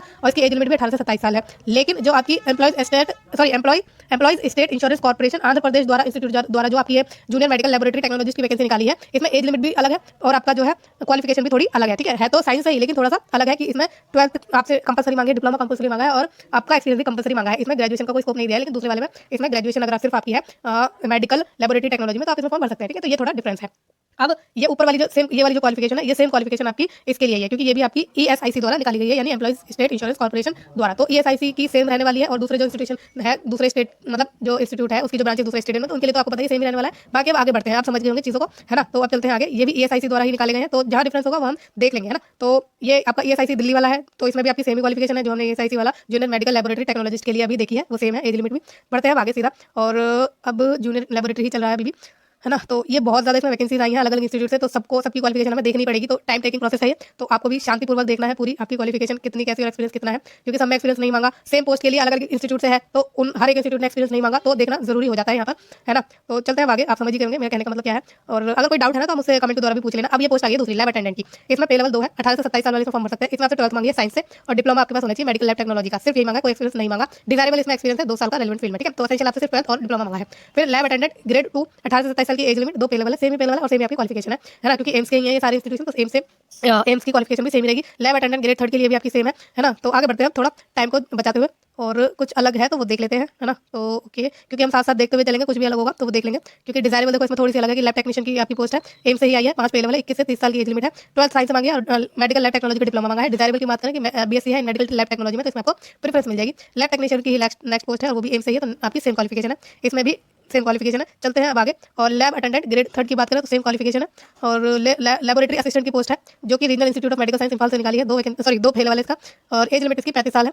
इसमें आपसे 10th मांगा है, ठीक है, HSCL 10th ही मांगा है, उसके इक्विवेलेंट कोई क्वालिफिकेशन आपके पास है, और साथ में ट्रेंड होनी चाहिए in laboratory technology for 1 year from a recognised institute. तो लेबोरेटरी टेक्नोलॉजी में 1 साल के लिए आपने ट्रेनिंग ली हो, ट्रेन हो इन लेबोरेटरी टेक्नोलॉजी 1 साल तक, और नॉलेज होनी चाहिए मणिपुरी की, डिजायरेबल है, ठीक है, मणिपुरी की नॉलेज इसमें डिजायरेबल है। अब मेडिकल लेबोरेटरी टेक्नोलॉजिस्ट की पोस्ट है ये, ठीक है, और सेम आपकी क्वालिफिकेशन है, वैसे हम ऊपर अभी डिस्कस कर चुके हैं, फिर दोबारा देख लेते हैं। इसका पे लेवल 6 है, मेडिकल लेबोरेटरी टेक्नोलॉजिस्ट का 30 साल इसकी एज लिमिट है, और बैचलर डिग्री मांगी है मेडिकल लेबोरेटरी टेक्नोलॉजी में या मेडिकल लेबोरेटरी साइंस में, 2 साल का रेलेवेंट एक्सपीरियंस आपके पास होना चाहिए। Laboratory attached with a hospital having 100 beds, या फिर 2 साल का रेलेवेंट एक्सपीरियंस है इन एनएबीएल एक्रेडिटेड लेबोरेटरी में, ठीक है। तो ये आपकी चीज हो गई। अब मेडिकल लेबोरेटरी टेक्नोलॉजिस्ट MLT, इसमें भी पे लेवल 6 है, और एज लिमिट भी 30 है, और क्वालिफिकेशन भी इसमें आपकी सेम है ना। डिजायरेबल इसमें है एक चीज कि अगर आपके पास रेलेवेंट एक्सपीरियंस है इन एनएबीएल एक्रेडिटेड, तो इसमें आपको क्या है, डिजायरेबल नहीं है, सॉरी, इसमें डिजायरेबल नहीं है। तो बैचलर डिग्री तो आपकी मेडिकल लेबोरेटरी टेक्नोलॉजिस्ट या मेडिकल लेबोरेटरी साइंस में है, साथ में 2 साल का एक्सपीरियंस मांगा है इसमें लेबोरेटरी अटैच्ड हॉस्पिटल में, जिसमें जो हॉस्पिटल आपका 100 बेड का होना चाहिए, या फिर 2 साल का रेलेवेंट एक्सपीरियंस है अगर आपके पास इन एनएबीएल एक्रेडिटेड लेबोरेटरी में, तो इसमें आप फॉर्म भर सकते हैं, ठीक है। तो ये एक्सपीरियंस है, इसमें ऑप्शन इन्होंने दिया हुआ है, और सेम है ऊपर की तरह सेम है जो हम डिस्कस कर चुके हैं। सीनियर टेक्नीशियन की बात करें तो इसमें 7 पे लेवल है, 40 साल से नीचे आपकी एज होनी चाहिए। बीएससी अगर आपने की है मेडिकल लैब टेक्नोलॉजी में या कोई इक्विवेलेंट से आपने अगर अपनी बीएससी किया तो आप इसमें फॉर्म भर सकते हैं। इसमें आपसे 10 साल का एक्सपीरियंस मांगा है कंसर्न फील्ड में, ठीक है। फिर टेक्नीशियन असिस्टेंट टेक्नीशियन में 6 इसका पे लेवल है, 25 से 33 साल की एज लिमिट है। बीएससी होनी चाहिए आपकी मेडिकल लैब टेक्नोलॉजी या फिर इक्विवेलेंट में, साथ में 5 साल का एक्सपीरियंस होना चाहिए कंसर्न फील्ड में, या फिर डिप्लोमा अगर आपके पास है मेडिकल लैब टेक्नोलॉजी इक्विवेलेंट में, साथ में 8 साल का एक्सपीरियंस है, तो आप इसमें फॉर्म भर सकते हैं। तो बीएससी की है आपने, तो इसमें आपको 5 साल का एक्सपीरियंस चाहिए, और अगर डिप्लोमा किया है तो 8 साल का एक्सपीरियंस चाहिए। अब बढ़ते हैं आगे, और सेम आपकी क्वालिफिकेशन है टेक्नीशियन असिस्टेंट, हम देख चुके हैं ये, ठीक है। मेडिकल लैब टेक्नोलॉजी 5 साल का एक्सपीरियंस, बीएससी वगैरह सब हम ये देख चुके हैं। अब technical officer technical supervisor medical lab technology, इसमें पे लेवल 7 है, एज लिमिट इसमें 40 है। बीएससी चाहिए मेडिकल लैब टेक्नोलॉजी या इक्विवेलेंट, और साथ में 10 साल का एक्सपीरियंस इसमें कंपलसरी है कंसर्न फील्ड में। टेक्नीशियन लेबोरेटरी की बात करें 25 से 35 साल की एज लिमिट है, 6 का पे लेवल है। बीएससी चाहिए एमएलटी में या इक्विवेलेंट यानी मेडिकल लैब टेक्नोलॉजी में एमएलटी, और साथ में 5 साल का एक्सपीरियंस। अगर डिप्लोमा लिया है आपने एमएलटी में तो 8 साल का एक्सपीरियंस चाहिए। फिर टेक्नीशियन लेबोरेटरी सेम है आपकी क्वालिफिकेशन, 30 एज लिमिट है, 6 का पे लेवल है। बैचलर डिग्री होनी चाहिए एमएलटी में या मेडिकल लेबोरेटरी साइंस में, और 2 साल का रेलेवेंट एक्सपीरियंस होना चाहिए। Laboratory attached with hospital having 100 bed, या फिर 2 साल का रेलेवेंट एक्सपीरियंस हो एनएबीएल एक्रेडिटेड लेबोरेटरी से, तो आप इसमें फॉर्म भर सकते हैं, है ना। तो ये भी आपकी सेमी क्वालिफिकेशन है कि आपने अपनी बीएससी एमएलटी में की हो, 5 साल का एक्सपीरियंस हो, या डिप्लोमा लिया है एमएलटी से 8 साल का एक्सपीरियंस हो। अब बढ़ते हैं आगे, और इतना इसलिए कर रहे हैं, धीरे से चल रहे हैं ताकि कुछ छूटे ना इंपॉर्टेंट, और अगर आपको लगे कि छूट रहा है तो मुझसे कमेंट से पूछ लेना, ठीक है। फिर लेबोरेटरी अटेंडेंट ग्रेड 2, 18 से 30 साल की लिमिट है, 2 का पे लेवल है। इसमें आपको चाहिए 12th विद साइंस, और साथ में डिप्लोमा चाहिए एमएलटी का, और डिजायरेबल है 2 साल का एक्सपीरियंस इन रेलेवेंट फील्ड। तो इसमें आपको कंपलसरी एक्सपीरियंस नहीं मांगा है, डिजायरेबल मांगा है। बाकी एसेंशियल क्वालिफिकेशन आपके पास 12th और साथ में डिप्लोमा होना चाहिए। फिर डार्क रूम असिस्टेंट की बात करें तो 2 का पे लेवल है, 35 साल से नीचे की लिमिट होनी चाहिए, 10th इसमें आपके पास होनी चाहिए, ठीक है। और special case in consolation with department of personal if he is otherwise considered very good photography. तो इसमें रिलैक्सेबल है। अगर कोई स्पेशल केस आता है कि वो फोटोग्राफी में काफ़ी अच्छा बंदा है तो उसे वर्क लेंगे। और साथ में आपको चाहिए 3 साल का experience in registered and responsible photographic firm में, ठीक है। फिर नॉलेज भी आपके पास होनी चाहिए डार्क रूम में काम करने की, रनिंग ऑफ डार्क रूम, ठीक है। अगर आपके पास मणिपुरी एंड हिंदी की नॉलेज है तो वेल डिजायरेबल है आपकी नॉलेज। ड्रेसर की पोजीशन है नेक्स्ट, पे लेवल 1 है, 18 से 27 साल की लिमिट है, 10th इसमें चाहिए। फर्स्ट एड सर्टिफिकेट कोर्स होना चाहिए फ्रॉम रेड क्रॉस सोसाइटी या फिर सेंट्रल गवर्नमेंट और स्टेट गवर्नमेंट रिकॉग्नाइज्ड इंस्टीट्यूशन से, और 1 साल का एक्सपीरियंस मांगा है आपसे as dresser from any recognised या private hospital having at least 50 bed. तो 50 बेड के हॉस्पिटल में आपने अगर ड्रेसर के रूप में काम किया है 1 साल तक, कि कोई भी हॉस्पिटल हो गवर्नमेंट या प्राइवेट, तो आप इसमें फॉर्म भर सकते हैं। और साथ में फर्स्ट एड का सर्टिफिकेट और साथ में 10th आपकी होनी चाहिए, है ना। नेक्स्ट चलते हैं आगे, हॉस्पिटल अटेंडेंट की बात करते हैं। 18 से 30 की एज लिमिट है, एक इसका पे लेवल है, 10th मांगी है, और सर्टिफिकेट कोर्स होना चाहिए in hospital service conducted by recognised organisation such as Saint John's Ambulance, और एक्सपीरियंस डिजायरेबल है इसमें कि आपका हॉस्पिटल में काम करने का एक्सपीरियंस है, तो इसमें आपको प्रेफरेंस मिलेगी, डिजायरेबल एक्सपीरियंस। बाकी आप बिना एक्सपीरियंस के भी इसमें फॉर्म भर सकते हैं। हॉस्पिटल अटेंडेंट ग्रेड 3 की बात करें तो 18 से 30 साल की लिमिट है, एक है इसका पे लेवल, और सेम ही आपकी इसमें क्वालिफिकेशन है। चलते हैं अब आगे, ये नर्सिंग ऑर्डरली है, orderly hospital attendant grade 3 nursing orderly, 18 से 30 एज लिमिट है, एक इसका पे लेवल है, और सेम ही आपकी क्या है क्वालिफिकेशन है। चलते हैं आगे, और हॉस्पिटल अटेंडेंट ग्रेड 3 चल रहा है, सेम क्वालिफिकेशन है। ओके, हाउस कीपर की पोस्ट है, ये 4 पे लेवल है, 21 से 30 साल लिमिट है, 10वीं मांगी है, प्लस 3 साल का एक्सपीरियंस मांगा है इन रनिंग हॉस्टल या कैंटीन एटसेट्रा, ठीक है। तो जूनियर वार्डन की बात करें 2 पे लेवल है, 18 से 30 की लिमिट है, 10वीं मांगी है, एक्सपीरियंस मांगा है इन स्टोर कीपिंग या पब्लिक रिलेशन या आपका एस्टेट मैनेजमेंट में, जो कि 1 साल से कम नहीं होना चाहिए, या फिर सर्टिफिकेट है अगर आपका formal training in store keeping material management या पब्लिक रिलेशन हाउस कीपिंग में, तो आप इसमें फॉर्म भर सकते हैं, ठीक है। तो 10th आपके पास होनी चाहिए, और अगर आपके पास एक्सपीरियंस नहीं है तो आपके पास सर्टिफिकेट होना चाहिए, ठीक है। फिर मर्चरी अटेंडेंट की बात करें तो 18 से 30 साल की लिमिट, एक इसका पे लेवल है, 10वीं मांगी है, बाकी एक्सपीरियंस की इसमें कोई एसेंशियली नहीं मांगा है, डिजायरेबल है इसमें एक्सपीरियंस, तो बिना एक्सपीरियंस के आप इस पोस्ट के लिए अप्लाई कर सकते हैं। नेक्स्ट चलते हैं आगे, और ओके, तो इसकी आपकी जो मर्चरी अटेंडेंट पोस्टमार्टम अटेंडेंट की है, उसमें भी सेम आपकी क्वालिफिकेशन है ना। 10th मांगी है, सिर्फ कोई एक्सपीरियंस नहीं मांगा, एक्सपीरियंस आपका डिजायरेबल है, एज लिमिट भी आपकी सेम ही ऑलमोस्ट। फिर मल्टीटास्किंग एमटीएस की बात करें, मल्टीटास्किंग स्टाफ 18 से 30 एज लिमिट है, एक पे लेवल है इसका, मैट्रिकुलेशन 10th मांगी है, सर्टिफिकेट मांगा है, जो कि हॉस्पिटल सर्विस कंडक्टेड बाय और रिकॉग्नाइज्ड ऑर्गेनाइजेशन में होना चाहिए, ठीक। फिर ये आपका नेक्स्ट आ गया है एमटीएस की पोस्ट, और 35 साल से नीचे की लिमिट होनी चाहिए, सिर्फ 10वीं मांगी है, कोई आपसे एक्सपीरियंस नहीं मांगा है, और सर्टिफिकेट भी नहीं मांगा है इसमें, है ना। तो कहीं आपका सेम पोस्ट के लिए कुछ अलग है और सेम पोस्ट के लिए ही कुछ अलग है, तो इसलिए हम थोड़ा ढंग से डिस्कस कर रहे हैं। नर्सिंग अटेंडेंट की बात करें तो 18 से 27 साल की लिमिट है, एक पे लेवल है, 10th इसमें आपसे मांगी है, साथ में फर्स्ट एड का आपसे सर्टिफिकेट भी मांगा है, जो कि सेंट्रल या स्टेट गवर्नमेंट रिकॉग्नाइज्ड इंस्टीट्यूट द्वारा होना चाहिए, और 50 बेडेड हॉस्पिटल में 1 साल का एक्सपीरियंस भी इसमें कंपलसरी मांगा है। ओटी असिस्टेंट में 32 साल से नीचे की एज लिमिट होनी चाहिए, 3 इसका पे लेवल है, आपसे 12th मांगी है, साइंस से या इक्विवेलेंट क्वालिफिकेशन होनी चाहिए, और साथ में 1 साल का एक्सपीरियंस होना चाहिए in OT of a recognised university, operation theatre में आपने काम किया हो 1 साल तक, ठीक है। फिर ओटी असिस्टेंट है, नेक्स्ट सेम क्वालिफिकेशन होगी, और इसमें भी आपकी सेम क्वालिफिकेशन है, इसमें भी सेम क्वालिफिकेशन है ना। एक्सपीरियंस इसमें मांगा ही आपसे 1 साल का, और कंपलसरी है वो एक्सपीरियंस आपका।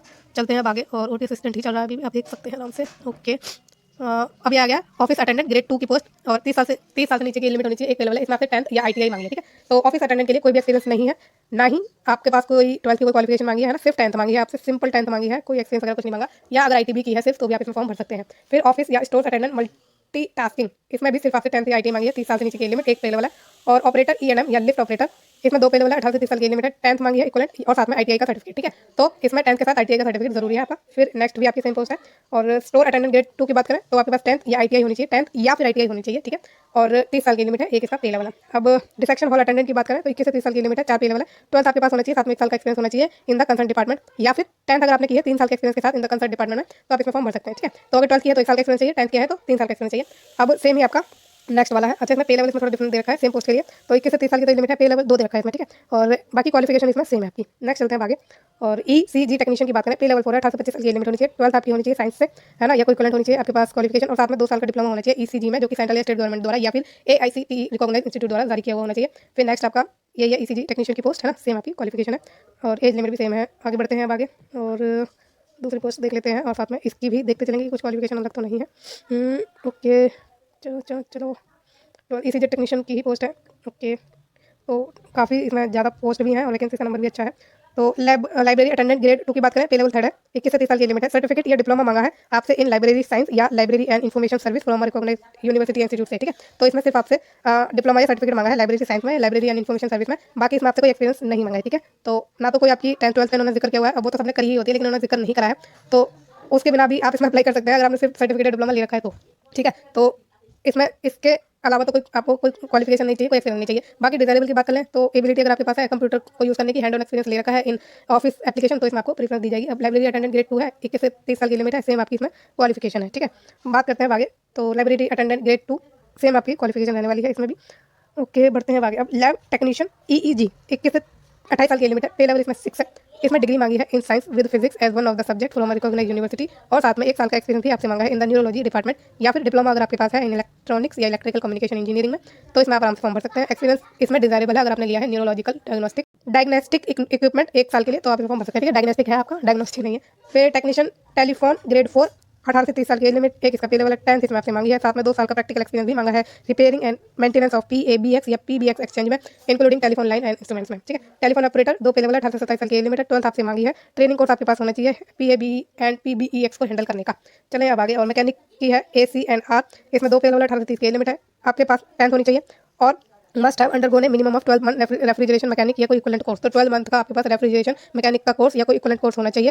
रिकॉग्नाइज्ड होना चाहिए tech institute and must have served 1 year apprenticeship in reputed firm और organisation in of air conditioning and refrigeration engineering, ठीक है। अप्रेंटिसशिप भी मांगी है इसमें आपसे, और 1 साल का आपसे क्या मांगा है, कोर्स मांगा है, और साथ में 10th तो होनी चाहिए, या फिर 2 साल की अप्रेंटिसशिप करी हुई है आपने और वो भी आपकी air conditioning and refrigeration engineering में है, तो इसमें फॉर्म भर सकते हैं।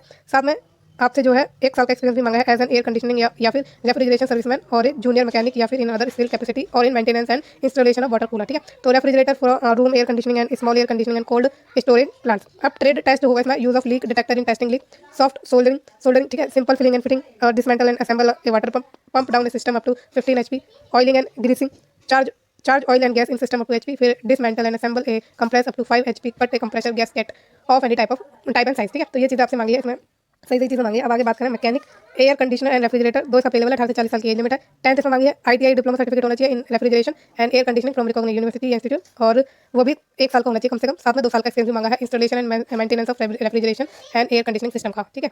फिर सेम ही आपकी क्वालिफिकेशन इसकी सेम ही पोस्ट के लिए इसमें भी है। अब चलते हैं आगे, अब रेस्पिरेटरी लेबोरेटरी असिस्टेंट की बात करें, पे लेवल 4 है, 18 से 27 साल की एज लिमिट है। 10th आपसे मांगी है, साथ में 2 साल का एक्सपीरियंस मांगा है in handling fibre optic bronchoscope and various lung function test machines in respiratory laboratory of government hospital, teaching institute या रजिस्टर्ड नर्सिंग होम है, ठीक है। तो ये चीज़ आपसे मांगी है। अब एनेस्थीसियोलॉजी टेक्नीशियन की बात करें तो पे लेवल 6 है, 35 साल से नीचे की लिमिट होनी चाहिए। क्वालिफिकेशन इसमें मांगी है BSc, और BSc भी आपकी फिजिक्स एंड केमिस्ट्री के साथ होनी चाहिए, ठीक। तो असेंशियल है ये। साथ में training in operating theatre technique including handling of anaesthetic equipment, तो आपने ट्रेनिंग ली हो ऑपरेशन थिएटर टेक्निक में और एनेस्थेटिक इक्विपमेंट को हैंडल करना आपका आता हो, ठीक। अब technical assistant technician anaesthesia operation theatre ICU anaesthesia, ठीक है। थोड़ी बोलने में हो जाती है क्योंकि इतने से बोलते बोलते थोड़ा सा दिमाग भी हो जाता है और बोलने में भी थोड़ी सी होने लग जाती है चीज़ें, तो थोड़ा सा अवॉइड करते हुए चलिएगा अगर मैं वर्ड को भी ऊपर नीचे बोल दूँ, ठीक है। तो technical assistant technician anaesthesia operation theatre ICU, तो इसमें पे लेवल 6 है, 25 से 35 साल वाले इसमें फॉर्म भर सकते हैं। BSc इसमें आपको चाहिए इन OT टेक्निक्स, ठीक है। तो OT यानी ऑपरेशन थिएटर टेक्निक्स में अगर आपने BSc की है या कोई इक्विवेलेंट आपने किया है, साथ में 5 साल का एक्सपीरियंस लिया है कंसर्न फील्ड में, तो आप इसमें फॉर्म भर सकते हैं।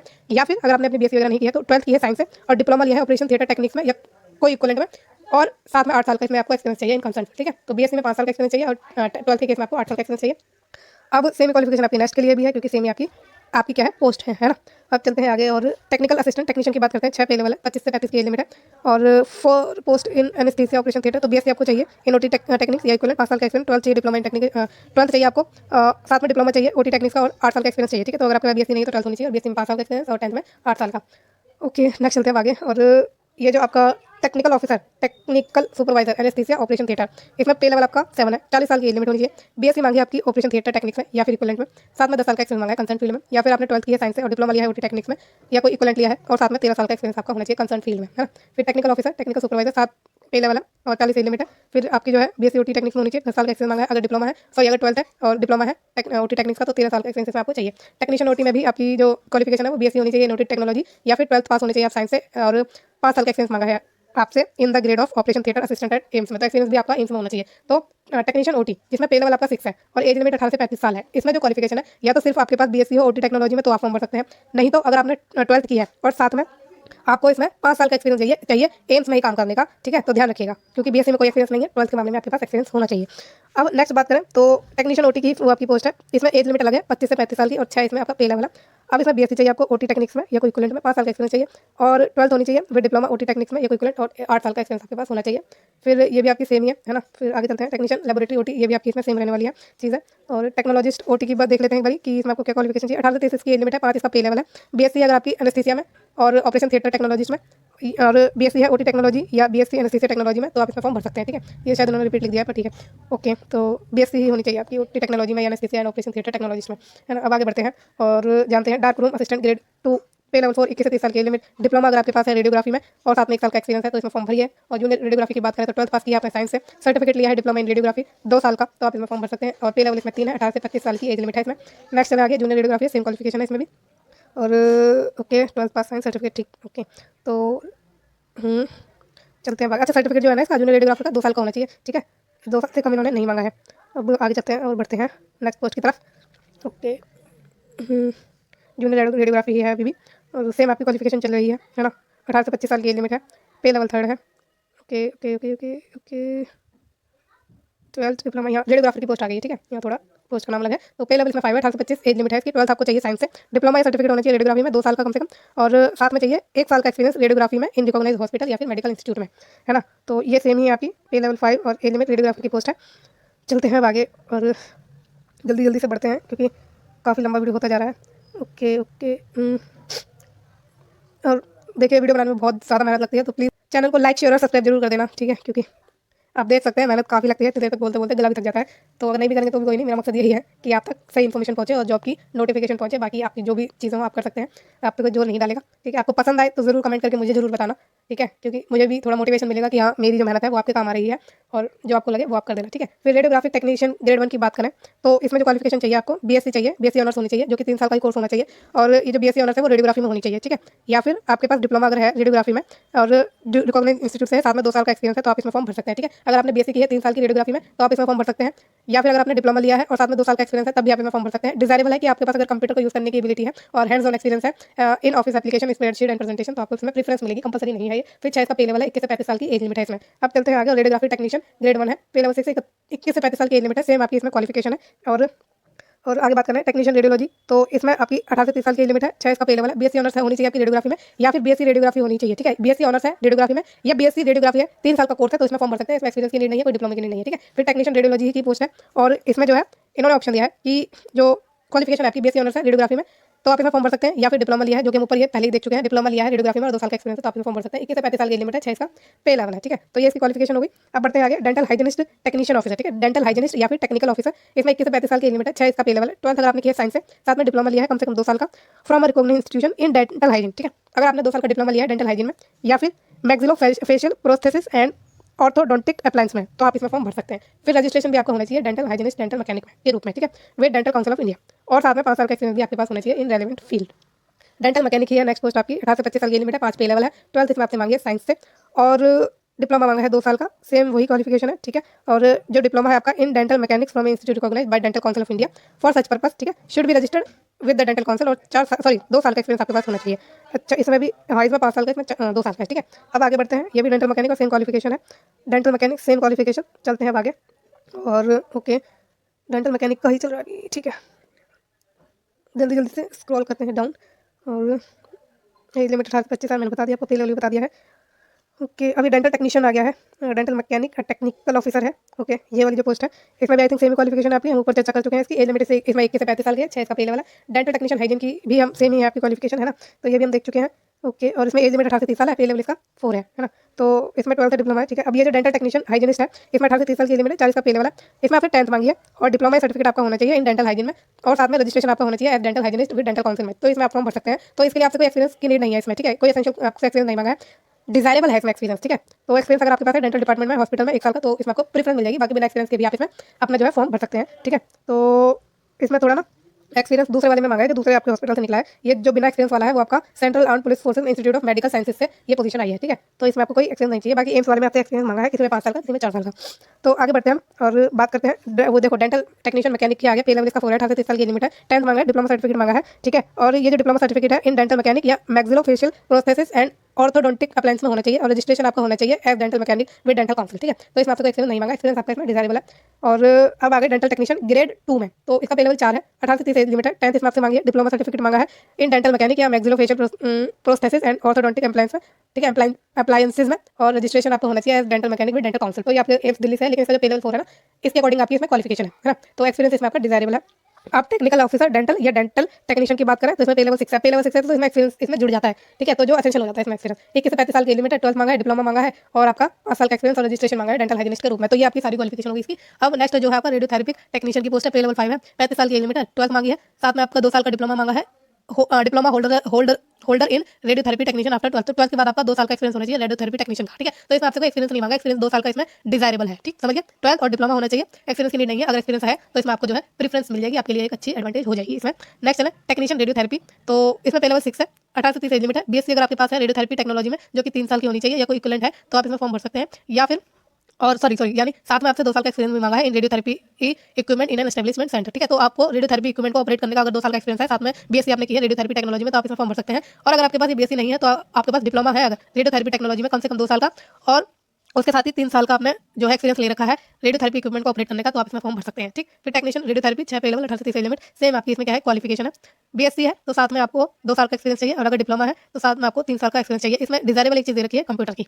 अब आगे बढ़ते हैं और जानते हैं कि टेक्नीशियन रेडियोथेरेपी, इसमें एज लिमिट आपकी 21 से 35 साल है, पे लेवल 6 है, वही सेम आपकी क्वालिफिकेशन है, बीएससी है तो सॉरी इसमें एक्सपीरियंस है नहीं, एक बार देख लेते हैं। तो इसमें बीएससी मांगी है आपसे रेडियोथेरेपी या रेडियोलॉजी में, ठीक है, या फिर डिप्लोमा मांगा है आपसे रेडियोथेरेपी या रेडियोलॉजी में, और डिप्लोमा के साथ 2 साल का एक्सपीरियंस मांगा है। तो अगर आपने बीएससी की है, बीएससी ऑनर्स की है रेडियोथेरेपी या रेडियोलॉजी में, तो आपको एक्सपीरियंस इसमें नहीं चाहिए। लेकिन अगर आपने डिप्लोमा लिया है रेडियोथेरेपी या रेडियोलॉजी में, तो उसके साथ आपको 2 साल का एक्सपीरियंस चाहिए, ठीक है। बाकी इसमें डिजायरेबल है कंप्यूटर के यूज़ का। अब आगे बढ़ते हैं, और जो आपकी टेक्नीशियन रेडियोथेरेपी इसमें आपकी सेम क्वालिफिकेशन है, ये हम ऊपर देख ही चुके हैं, बीएससी प्लस 2 साल का एक्सपीरियंस और डिप्लोमा प्लस 3 साल का एक्सपीरियंस। अब बढ़ते हैं आगे, और कुछ अलग है तो वो देख लेते हैं ना। फिर टेक्नीशियन रेडियोथेरेपी वही सेम आपकी चीज़ है ना।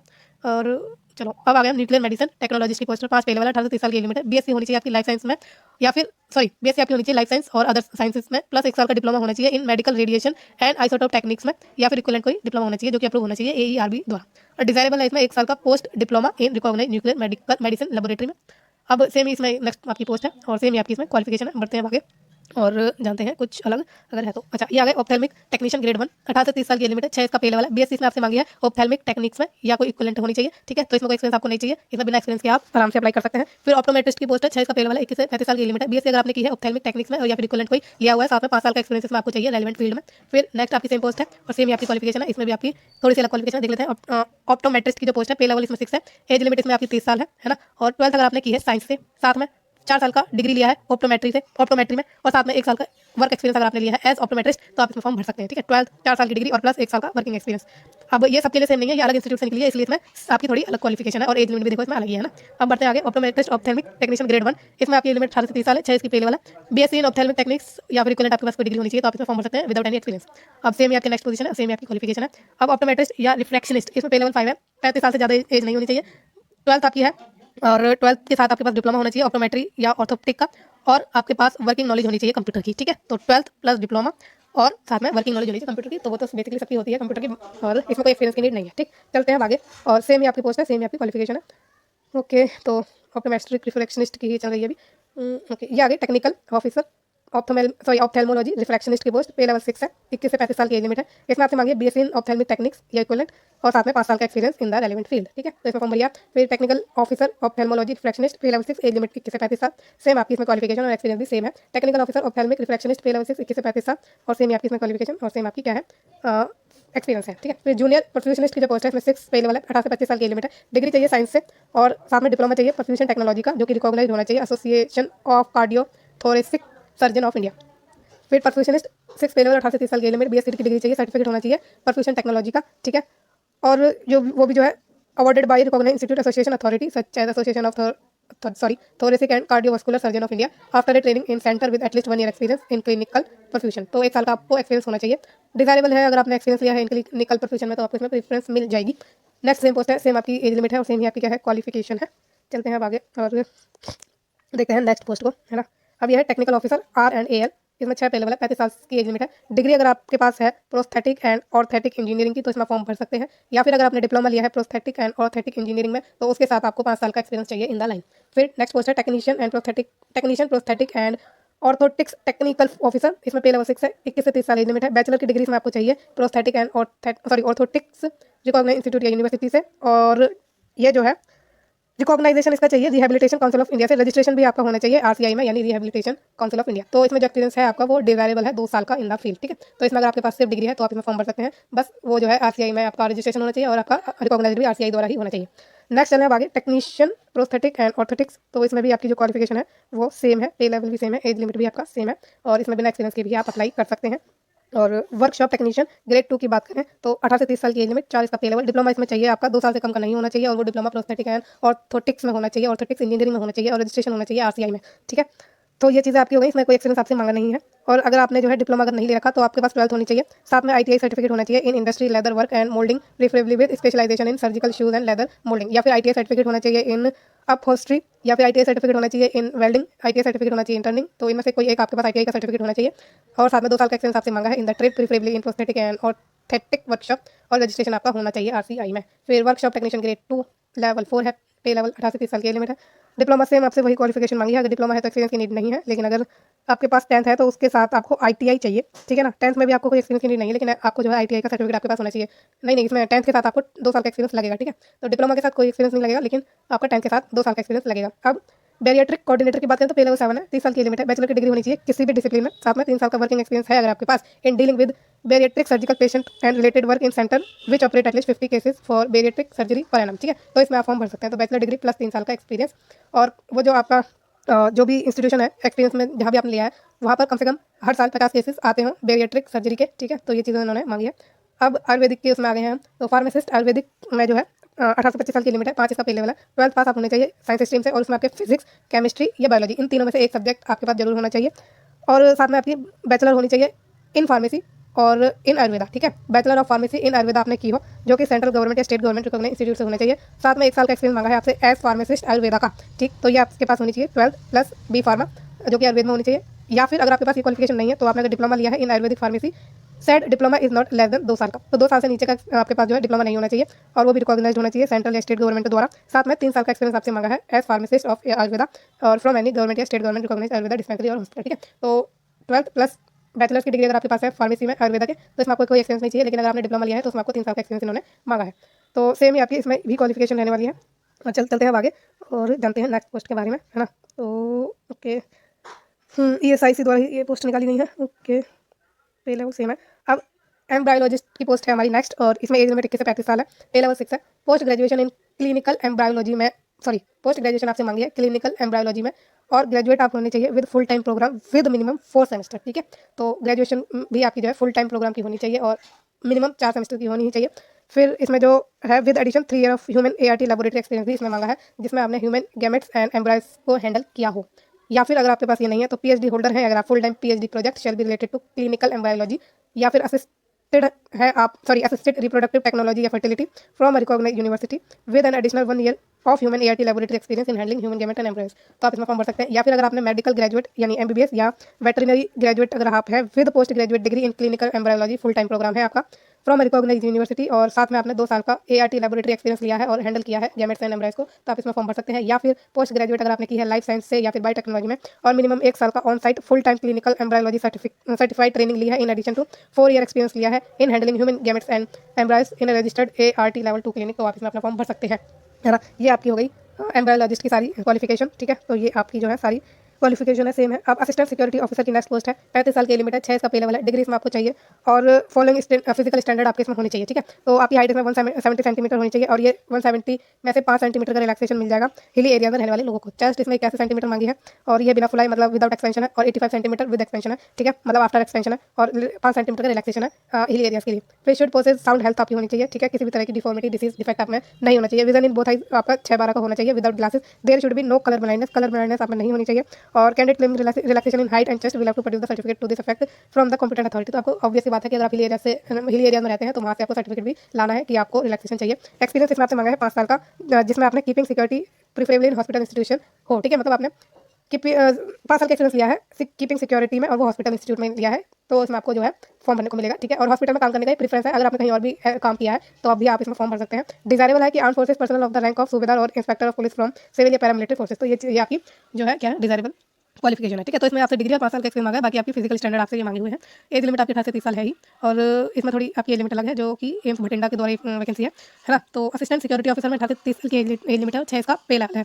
नेक्स्ट बात करते हैं आगे, और असिस्टेंट सिक्योरिटी ऑफिसर की हमने बात कर ली। फायर टेक्नीशियन की बात करते हैं, पे लेवल 4 है, 18 से 27 साल की लिमिट है, 12th इसमें आपसे मांगी है ना, 12th मांगी है आपसे, और relaxable up to class 10 in the case of ex serviceman, तो रिलैक्सेशन क्वालिफिकेशन में मिल जाएगी जो एक्स सर्विसमैन रहे हैं और who have excellent record and have pass 3rd class examination of the service, ठीक है। तो ये आपकी थोड़ी सी इसमें शर्त है, और 12th बेसिकली इसमें आपसे मांगी है। और फिजिकल स्टैंडर्ड भी इसमें आपसे मांगा है कि 167 सेंटीमीटर की हाइट और 80 सेंटीमीटर की आपकी चेस्ट होनी चाहिए एक्सपेंशन के साथ, और 5 साल का जो है रिलैक्सेशन तो मिलेगा ही इनको जो पहाड़ों में रहते हैं, है ना। और साउंड आपकी जो है क्या होनी चाहिए, हेल्थ होनी चाहिए, मतलब साउंड हेल्थ आपकी होनी चाहिए, किसी भी तरह की कोई भी बीमारी वगैरह कुछ भी नहीं होना चाहिए। और आपकी जो मैंने वो बताइए विजन सेम है। बाकी service in arm forces and paramilitary desirable है, और experience of performing security duties preferably in a hospital of repute, तो ये भी आपका डिजायरेबल है। सिक्योरिटी कम फायर असिस्टेंट 18 से 30 साल की लिमिट है, 2 इसमें पे लेवल है, 10th मांगी है, ठीक है, और रिलैक्सेबल रहेगी up to middle standard pass in the case of ex serviceman who have excellent record and have pass third class examination of the service. बाकी इसमें फॉलोइंग स्टैंडर्ड आपके फिजिक्स के होने चाहिए, ठीक है। 167 हाइट, 80 सेंटीमीटर आपकी चेस्ट, बाकी 5 सेंटीमीटर का रिलैक्सेशन मिलेगा हिल एरियाज को। बाकी आर्म फोर्सेज वगैरह इनमें आपको डिजायरेबल है। अब आपका जो है सिक्योरिटी कम फायर जमादार, ठीक है, जमादार लिखा है हाँ। तो पहले लेवल इसमें 4 है, 18 से 27 साल की इसमें एज लिमिट है। 12th इसमें आपसे मांगी है, बाकी रिलैक्सेबल है up to 10th in the case of ex serviceman, ठीक। बाकी आपकी हाइट सेम वगैरह है, ठीक है, हाइट और region. Community based rehabilitation worker 18 से 25 साल इसमें एज लिमिट है, 4 इसकी पे लेवल है। 12th इसमें मांगी है और रिकॉग्नाइज यूनिवर्सिटी या बोर्ड से होनी चाहिए। 1 साल का सर्टिफिकेट होना चाहिए आपके पास मल्टी रिहेबिलिटेशन वर्कर का या फिर कम्युनिटी बेस्ड रिहेबिलिटेशन वर्कर का फ्रॉम ए गवर्नमेंट इंस्टीट्यूशन या नॉन यानी एनजीओ द्वारा, नॉन गवर्नमेंट ऑर्गेनाइजेशन द्वारा या फिर private institute recognised by rehabilitation council of India द्वारा, ठीक है। डिजायरेबल है 1 साल का experience in any government institute या registered non government organisation working in the disability field, ठीक है। 12th इसमें मांगा है, बाकी 1 साल का सर्टिफिकेट मांगा है और वो सर्टिफिकेट मल्टी रिहेबिलिटेशन वर्कर का हो या कम्युनिटी बेस्ड रिहेबिलिटेशन वर्कर का हो जो कि गवर्नमेंट इंस्टीट्यूशन या नॉन गवर्नमेंट ऑर्गेनाइजेशन या प्राइवेट इंस्टीट्यूशन द्वारा रिकॉग्नाइज्ड होना चाहिए, नहीं सॉरी हाँ लिया हुआ हो और रिकॉग्नाइज्ड हो आरसीआई द्वारा, ठीक है। फिर multi rehabilitation worker, community based rehabilitation worker, same इसमें आपकी क्वालिफिकेशन है ना। और थोड़ा सा अलग एक बार देख लेते हैं, चलो। 4 इसका पे लेवल है, 18 से 25 साल की लिमिट है। 12th इसमें आपसे मांगी है, 1 साल का सर्टिफिकेट मांगा है, वही जो हमने अभी ऊपर डिस्कस करा सेम। फिर रजिस्ट्रेशन मांगा है आपका आरसीआई में, ठीक है, registered as rehabilitation personal under the RCI act 1992। फिर डिजायरेबल 1 साल का experience in any government institute या registered NGO working in disability field. फिर नेक्स्ट बात करें सोशल वर्कर की पोजीशन आई है आपकी, और ये जो सोशल वर्कर की पोजीशन के लिए जो आपको क्वालिफिकेशन चाहिए वो चाहिए 12th और साथ में 8 साल का एक्सपीरियंस एज सोशल वर्कर। इसका पे लेवल 4 है, 18 से 35 साल की एज लिमिट है, ठीक है। और सेम ही आपकी नेक्स्ट के लिए भी है। अब जूनियर हिंदी ट्रांसलेटर की बात करें तो 6 इसका आपका पे लेवल है, 18 से 30 साल की एज लिमिट है। मास्टर डिग्री आपकी होनी चाहिए रिकॉग्नाइज यूनिवर्सिटी से हिंदी में, ठीक है, विद इंग्लिश होनी चाहिए एज कंपलसरी इलेक्टिव सब्जेक्ट या फिर as the medium of examination at degree level. तो आपने अगर मास्टर डिग्री आपकी हिंदी में है तो इंग्लिश आपका एक कंपलसरी सब्जेक्ट इलेक्टिव सब्जेक्ट होना चाहिए या फिर इंग्लिश आपका एग्जामिनेशन का मीडियम हो आपके डिग्री लेवल पर, ठीक है। और अगर आपके पास ये वाली क्वालिफिकेशन नहीं है तो आपकी मास्टर डिग्री है अगर इंग्लिश में तो हिंदी आपका कंपलसरी या इलेक्टिव सब्जेक्ट हो या फिर आपका हिंदी जो है मीडियम ऑफ एग्जामिनेशन हो आपकी ग्रेजुएशन के लेवल पर यानी डिग्री के लेवल पर, है ना। डिग्री के लेवल पर मतलब मास्टर की डिग्री पर लेवल पर हो, है ना। फिर नेक्स्ट है अगर आपके पास ये भी नहीं है क्योंकि इसमें ग्रेजुएशन का नहीं लिखा, इसमें आपका मास्टर की डिग्री पर लिखा होगा, ठीक है। तो मास्टर की डिग्री आपकी इंग्लिश मीडियम में होनी चाहिए अगर आपने मास्टर डिग्री अपनी हिंदी में की है, ठीक है। थोड़ा कंफ्यूज हो गए लग रहा है, चलो कोई नहीं, एक बार इसको क्लियर कर लेते हैं। तो अगर आपने मास्टर डिग्री हिंदी में की है हिंदी लैंग्वेज में तो आपका जो इंग्लिश है ना वो या तो कंपलसरी सब्जेक्ट हो या इलेक्टिव सब्जेक्ट हो या फिर ये आपका इंग्लिश मीडियम ऑफ एग्जामिनेशन हो आपके इस डिग्री लेवल पर। और अगर आपने अपनी मास्टर डिग्री इंग्लिश में की है तो हिंदी आपका कंपलसरी या इलेक्टिव सब्जेक्ट या फिर मीडियम ऑफ एग्जामिनेशन होना चाहिए, ठीक है। तो ये चीज़ आपकी है। फिर अगर आपके पास ये क्वालिफिकेशन नहीं है तो आपके पास मास्टर डिग्री होनी चाहिए in any other than English और हिंदी। तो हिंदी या इंग्लिश के अलावा अगर आपने किसी और सब्जेक्ट में अपनी मास्टर डिग्री की है तो हिंदी मीडियम और इंग्लिश आपका जो as a compulsory elective subject हो या फिर मीडियम ऑफ एग्जामिनेशन हो, ठीक। फिर मास्टर डिग्री अगर आपने की है हिंदी इंग्लिश के अलावा किसी सब्जेक्ट में और इंग्लिश मीडियम में और हिंदी आपका जो है कंपलसरी इलेक्टिव सब्जेक्ट होना चाहिए, मीडियम ऑफ एग्जामिनेशन होना चाहिए। या फिर अगर आपके पास ये भी नहीं है तो मास्टर डिग्री अगर आपने की है in any subject other than Hindi या English with Hindi and English as compulsory elective subject और either of the two as a medium of examination. तो आपकी जो है मास्टर डिग्री हिंदी के साथ होनी चाहिए या फिर इंग्लिश आपका as a compulsory elective subject होना चाहिए या फिर इन दोनों में से कोई आपका मीडियम ऑफ एग्जामिनेशन होना चाहिए, ठीक है ना। And the other as a compulsory subject. और अगर आपने हिंदी जो है चूज करिए मीडियम ऑफ एग्जामिनेशन तो इंग्लिश आपका जो है इलेक्टिव सब्जेक्ट होना चाहिए आपकी डिग्री लेवल पर। और अगर इंग्लिश आपने पढ़ी है इलेक्टिव या कंपलसरी सब्जेक्ट के रूप में तो आपका हिंदी जो है मीडियम ऑफ एग्जामिनेशन होना चाहिए, इन्होंने ये कहा है, ठीक है। फिर नेक्स्ट बात करें रिकॉग्नाइज डिप्लोमा भी आपके पास होना चाहिए या सर्टिफिकेट कोर्स होना चाहिए ट्रांसलेशन का हिंदी टू इंग्लिश और वाइस वर्सा या फिर 2 साल का एक्सपीरियंस आपके पास होना चाहिए ट्रांसलेशन के वर्क का हिंदी टू इंग्लिश और वाइस वर्सा का, ठीक है, जो कि सेंट्रल या स्टेट गवर्नमेंट ऑफिस में या including government of India undertaking में आपका होना चाहिए, ठीक। तो ये आपकी क्वालिफिकेशन हो गई। सेम ही आपकी नेक्स्ट है जूनियर हिंदी ट्रांसलेटर के लिए पे लेवल 4 है, 18 से 30 साल की लिमिट है और सेम आपकी इसमें सारी क्वालिफिकेशन है ना। अब बढ़ते हैं हम आगे और जानते हैं नेक्स्ट पोस्ट के बारे में। सीनियर हिंदी ट्रांसलेटर में भी आपकी सेम ही रहने वाली है ना, कुछ अलग नहीं होगा, सेम है आपकी। और आपका सर्टिफिकेट भी आपका होना चाहिए, सर्टिफिकेट नहीं है तो आपका एक्सपीरियंस होना चाहिए, है ना। फिर यह है सीनियर हिंदी ऑफिसर की पोस्ट, ये भी हिंदी ऑफिसर की पोस्ट है लेकिन शायद इसमें सेम एक बार मैं देख लूँ, ठीक है। हाँ तो ये सारी आपकी सेम ही है, हिंदी ऑफिसर के लिए भी सेम क्वालिफिकेशन है। इसका पे लेवल 7 है और एज लिमिट इसमें एप्लीकेबल नहीं है, ठीक है, नॉट एप्लीकेबल। तो इसमें एज लिमिट इन्होंने कुछ भी नहीं रखी है। ओके तो चलते हैं आगे और देखते हैं डिमॉन्स्ट्रेटर फिजियोथेरेपी की पोस्ट। इसमें जो आपकी लिमिट है वो 30 साल है, पे लेवल 6 है। इसमें आपसे बीपीटीएच मांगा है, बस इतना ही मांगा है, कोई एक्सपीरियंस नहीं मांगा। डिजायरेबल अगर आपने मास्टर डिग्री की है इन द कंसर्न सब्जेक्ट तो इसमें आपको प्रेफरेंस मिल जाएगी, बाकी आप केवल इस क्वालिफिकेशन के साथ भी अप्लाई कर सकते हैं। अब बढ़ते हैं हम अपनी नेक्स्ट पोजीशन पर जिसका नाम है जूनियर फिजियोथेरेपिस्ट और इसका पे लेवल आपका 6 है और एज लिमिट 21 से 30 साल के बीच की है। फिर एसेंशियल क्वालिफिकेशन की बात करें तो 10वीं पास चाहिए आप साइंस के साथ और साइंस में आपके physics chemistry and biology subject होने चाहिए। बैचलर डिग्री भी आपसे मांगी है फिजियोथेरेपी में और रिकॉग्नाइज इंस्टीट्यूट एंड यूनिवर्सिटी से होनी चाहिए, साथ में 2 साल का एक्सपीरियंस भी मांगा है। रजिस्टर्ड होने चाहिए आप विद द फिजियोथेरेपी काउंसिल, ठीक है। और नेक्स्ट है जूनियर ऑक्यूपेशनल थेरेपिस्ट और 18 से 30 साल की एज लिमिट है, 6 का पे लेवल है। इसमें आपसे इंटर मांगी है सिर्फ और डिग्री मांगी है इन ऑक्यूपेशनल थेरेपी, बाकी आपका एक्सपीरियंस इसमें नहीं मांगा। नेक्स्ट है जूनियर ऑक्यूपेशनल थेरेपिस्ट सेम और सेम ही आपकी एज लिमिट और क्वालिफिकेशन है। जूनियर फिजियोथेरेपिस्ट इसकी हमने बात कर ली है ऊपर, ठीक है, और सेम आपकी क्वालिफिकेशन है। अब बढ़ते हैं नेक्स्ट पोजीशन पर और मल्टी रिहेबिलिटेशन वर्कर फिजियोथेरेपिस्ट में। इसमें जो आपकी एज लिमिट है 21 से 30 साल की, 6 का पे लेवल है। इसके लिए क्वालिफिकेशन चाहिए आपको bachelor degree in physiotherapy recognise university institute से, साथ में 2 साल का एक्सपीरियंस या फिर आपने डिप्लोमा किया हो इन रिहेबिलिटेशन और 5 साल का एक्सपीरियंस लिया हो और रजिस्टर्ड आप होने चाहिए विद फिजियोथेरेपी काउंसिल, ठीक है। तो डिप्लोमा के साथ आपको 5 साल का एक्सपीरियंस चाहिए और बैचलर की डिग्री के केस में आपको आपके पास 2 साल का एक्सपीरियंस होना चाहिए। फिर नेक्स्ट भी आपकी सेम पोजीशन है और सेम क्वालिफिकेशन है। फिजियोथेरेपिस्ट आपकी ये क्वालिफिकेशन है, सॉरी फिजियोथेरेपिस्ट जो आपकी ये पोस्ट है इसके हम ऊपर डिस्कशन कर चुके हैं और एम्स गुवाहाटी की आपकी पोजीशन निकाली है इन्होंने, बाकी अलग अलग इंस्टीट्यूशन है फिजियोथेरेपिस्ट की ही निकाली है, ठीक है। तो ये आपकी सेम क्वालिफिकेशन है। आगे बढ़ते हैं सीधा और जानते हैं अलग पोस्ट के बारे में। ऑक्यूपेशनल थेरेपिस्ट की भी बात कर ली हमने, इसमें आपको 12th चाहिए, फिजिक्स केमिस्ट्री एंड बायोलॉजी के साथ, मतलब साइंस सब्जेक्ट के साथ आपने की हो और बैचलर डिग्री चाहिए, 2 साल का एक्सपीरियंस सेम है, ठीक है। आगे बढ़ते हैं। पे लेवल 6 से 30 साल की एज लिमिट है इसमें। अब ये थोड़ा इसमें अलग है, अटल बिहारी वाजपेयी इंस्टीट्यूट द्वारा जो ऑक्यूपेशनल थेरेपिस्ट की पोस्ट है उसमें एज लिमिट 30 है, ठीक है, और 6 इसका पे लेवल है। बैचलर की डिग्री आपके पास होनी चाहिए इन ऑक्यूपेशनल थेरेपी या फिर 12th अगर आपके पास है साइंस से जिसमें आपने फिजिक्स केमिस्ट्री बायोलॉजी पढ़ी हो। डिप्लोमा आपसे मांगा है 2 साल का इन ऑक्यूपेशनल थेरेपी और एक्सपीरियंस भी आपसे मांगा है 2 साल का as occupational therapist in government hospital या इंस्टीट्यूट, या फिर 3 साल का एक्सपीरियंस अगर आपने लिया है इन रिकॉग्नाइज्ड हॉस्पिटल या इंस्टीट्यूट, ठीक है। तो 12th के केस में आपको एक्सपीरियंस की नीड है इसमें भरने के लिए, मतलब आपको हर एक पोस्ट के लिए सिर्फ एक ही फॉर्म भरना है। कॉमन आपको पता है कि कॉमन रिक्रूटमेंट टेस्ट है, तो एक ही फॉर्म भरना है आपको और जिस भी पोस्ट के लिए भरना है वो सारे कंसीडर कर लिए जाएंगे, ठीक है। जिस भी इंस्टीट्यूट से मिले वो आपको मेरिट के बेस पर आपको मिलेंगे, मैंने पहले बता दिया चीज। और बात करें कि बैचलर की डिग्री अगर आपके पास है तो आपको कोई एक्सपीरियंस नहीं चाहिए, लेकिन अगर आपने 12th किया है तो उसके साथ आपके पास डिप्लोमा भी होना चाहिए, एक्सपीरियंस भी होना चाहिए, है ना। अब आगे बढ़ते हैं। लाइब्रेरियन ग्रेड 3 की बात करें तो इसमें एज लिमिट 21 से 30 साल की, 6 का पे लेवल है। इसमें आपको बैचलर की डिग्री चाहिए इन लाइब्रेरी साइंस या library and information service from recognised institute या यूनिवर्सिटी, या फिर आपने बीएससी की है या कोई इक्विवेलेंट डिग्री लिया है और साथ में बैचलर डिग्री या पोस्ट ग्रेजुएट के डिप्लोमा लिया है या कोई इक्विवेलेंट डिप्लोमा है या डिग्री है इन लाइब्रेरी साइंस, तो भी आप इसमें फॉर्म भर सकते हैं। और इस केस में आपको 2 साल का जो है प्रोफेशनल एक्सपीरियंस चाहिए in library of under central state autonomous statutory organisation, PSU, university या कोई recognised research and education institute, और साथ में आपके पास एबिलिटी टू यूज कंप्यूटर होनी चाहिए, ठीक है। हैंड्स ऑन एक्सपीरियंस आपका होना चाहिए।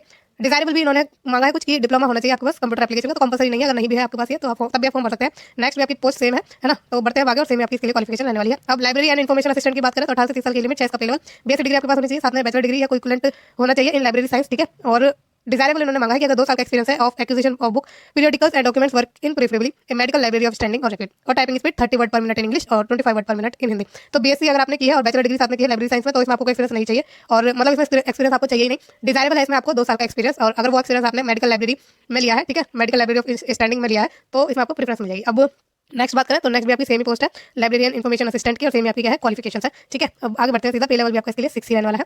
और आगे बढ़ते हैं सीधा। ड्राइवर की पोस्ट है, इसके लिए आपकी जो पे लेवल है वो 35 साल से नीचे की एज होनी चाहिए, और 10वीं आपसे मांगी है ड्राइविंग एक्सपीरियंस मांगा है 3 साल का।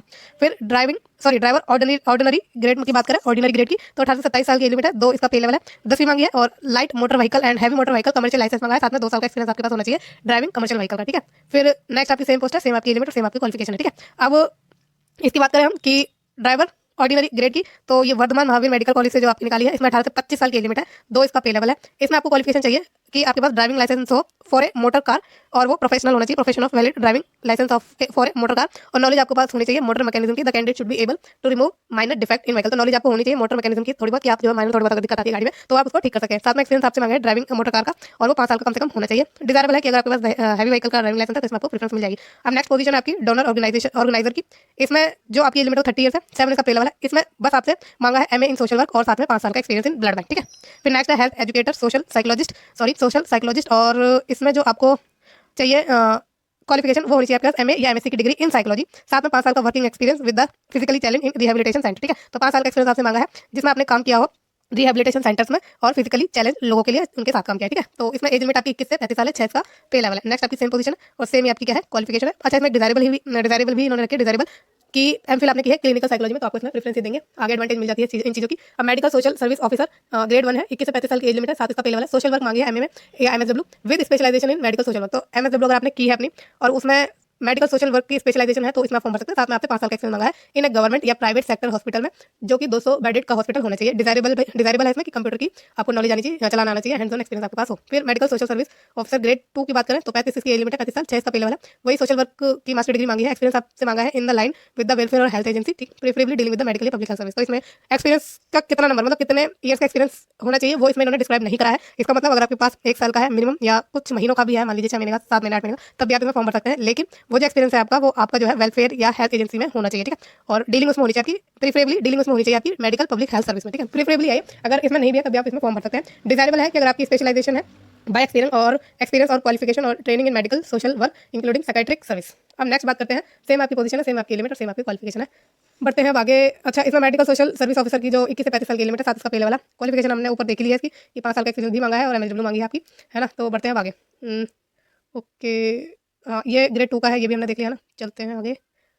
और मेडिकल सोशल वर्कर अभी आ गई दूसरी पोस्ट। मेडिकल सोशल वर्कर की 18 से 35 साल इसकी एज लिमिट है, साथ इसका पे लेवल है। इसमें आपसे मांगा है एमए इन सोशल वर्क या एमएसडब्ल्यू, जिसमें आपकी स्पेशलाइजेशन मेडिकल सोशल वर्क में होनी चाहिए। 5 साल का एक्सपीरियंस मांगा है और ये या तो किसी गवर्नमेंट या प्राइवेट हॉस्पिटल में हो और जो आपका हॉस्पिटल है वो 500 बेडेड का होना चाहिए और जो आपने काम किया हो वेलफेयर और हेल्थ एजेंसी के साथ किया हो और आपने अगर डील किया है मेडिकल पब्लिक हेल्थ सर्विस में तो आपको जो है प्रेफरेंस मिल जाएगी। बाकी कंप्यूटर आपको चलाना आना चाहिए, ये डिजायरेबल है। ठीक है, फिर medical social worker same qualification same experience and same आपकी डिजायरेबल क्वालिफिकेशन। नेक्स्ट बढ़ते हैं आगे और जानते हैं दूसरी पोस्ट के बारे में। मेडिको सोशल ये सेम ही आई थिंक है ना, सेम है, मेडिको लिखा हुआ है तो ठीक है सेम है ये। और okay, medico social service officer, अब बढ़ते हैं सीधा आगे।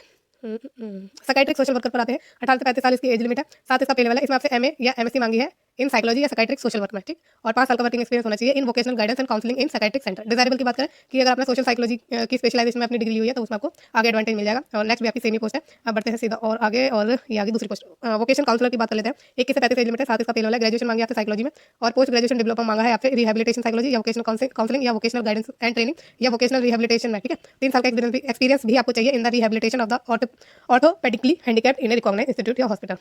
तो ये एक्सपीरियंस इन्होंने आपसे मांगा है। नेक्स्ट भी आपकी जो है सेम पोजीशन है वोकेशनल काउंसलर की। अब पे लेवल भी आपका सारा साथ ही है इसमें, ठीक है। चलते हैं आगे और आर्टिस्ट की बात कर लेते हैं। इसमें 18 से 30 साल की एज लिमिट है, 5 इसका पे लेवल है। इसमें आपसे मांगा है डिप्लोमा या सर्टिफिकेट इन फाइन आर्ट या commercial arts modelling from a recognised university. 3 साल का एक्सपीरियंस मांगा है in illustration and modelling, preferably in a teaching institute. अगर आपने टीचिंग इंस्टीट्यूट में अपना जो है 3 साल का एक्सपीरियंस लिया है इलस्ट्रेशन एंड मॉडलिंग में तो इसमें आपको जो है फॉर्म भरने को मिलेगा, ठीक है। और ये जरूरी नहीं कि टीचिंग इंस्टीट्यूट में लिया हो, किसी और में भी लिया है तब भी आप फॉर्म भर सकते हैं। बेसिकली आपको इलस्ट्रेशन एंड मॉडलिंग का एक्सपीरियंस होना चाहिए 3 साल का। फिर मॉडल आर्टिस्ट जो है 5 इसका पे लेवल है। 21 से 35 साल की लिमिट है। डिप्लोमा से मांगा है या सर्टिफिकेट इन फाइन आर्ट या फिर कमर्शियल आर्ट या मॉडलिंग, ठीक है। और ये रिकॉग्नाइज होना चाहिए। 2 साल का एक्सपीरियंस मांगा है इलस्ट्रेशन एंड मॉडलिंग का इन द कंसर्न डिपार्टमेंट, या फिर आपने अपनी 10th की हो साथ में 5 साल का एक्सपीरियंस लिया हो इन the concern department of medical college. फिर डिजायरेबल की बात करें, अगर आपको डिग्री है graphic design preferable qualification in education media and communication तो इसमें आपको प्रेफरेंस मिलेगी। मॉडलर आर्टिस्ट 5 पे लेवल 21 से 35 साल की लिमिट है। सेम आपकी इसमें क्वालिफिकेशन हमने ऊपर डिस्कस कर लिया है। योगा इंस्ट्रक्टर की पोजीशन है 21 से 35 साल की लिमिट, पे लेवल का 7, ग्रेजुएशन मांगी है आपसे और डिप्लोमा मांगा है योगा में, ठीक है। ग्रेजुएशन किसी भी अगर डिसिप्लिन में है और योगा का अगर आपके पास डिप्लोमा है तो आप फॉर्म भर सकते हैं, या फिर ग्रेजुएशन है अगर आपकी योगा साइंस में तभी आप फॉर्म भर सकते हैं। साथ में आपको 5 साल का एक्सपीरियंस भी चाहिए of teaching and training of yoga in a recognised institution, ठीक है। फिर एक्सपीरियंस ऑफ योगा इन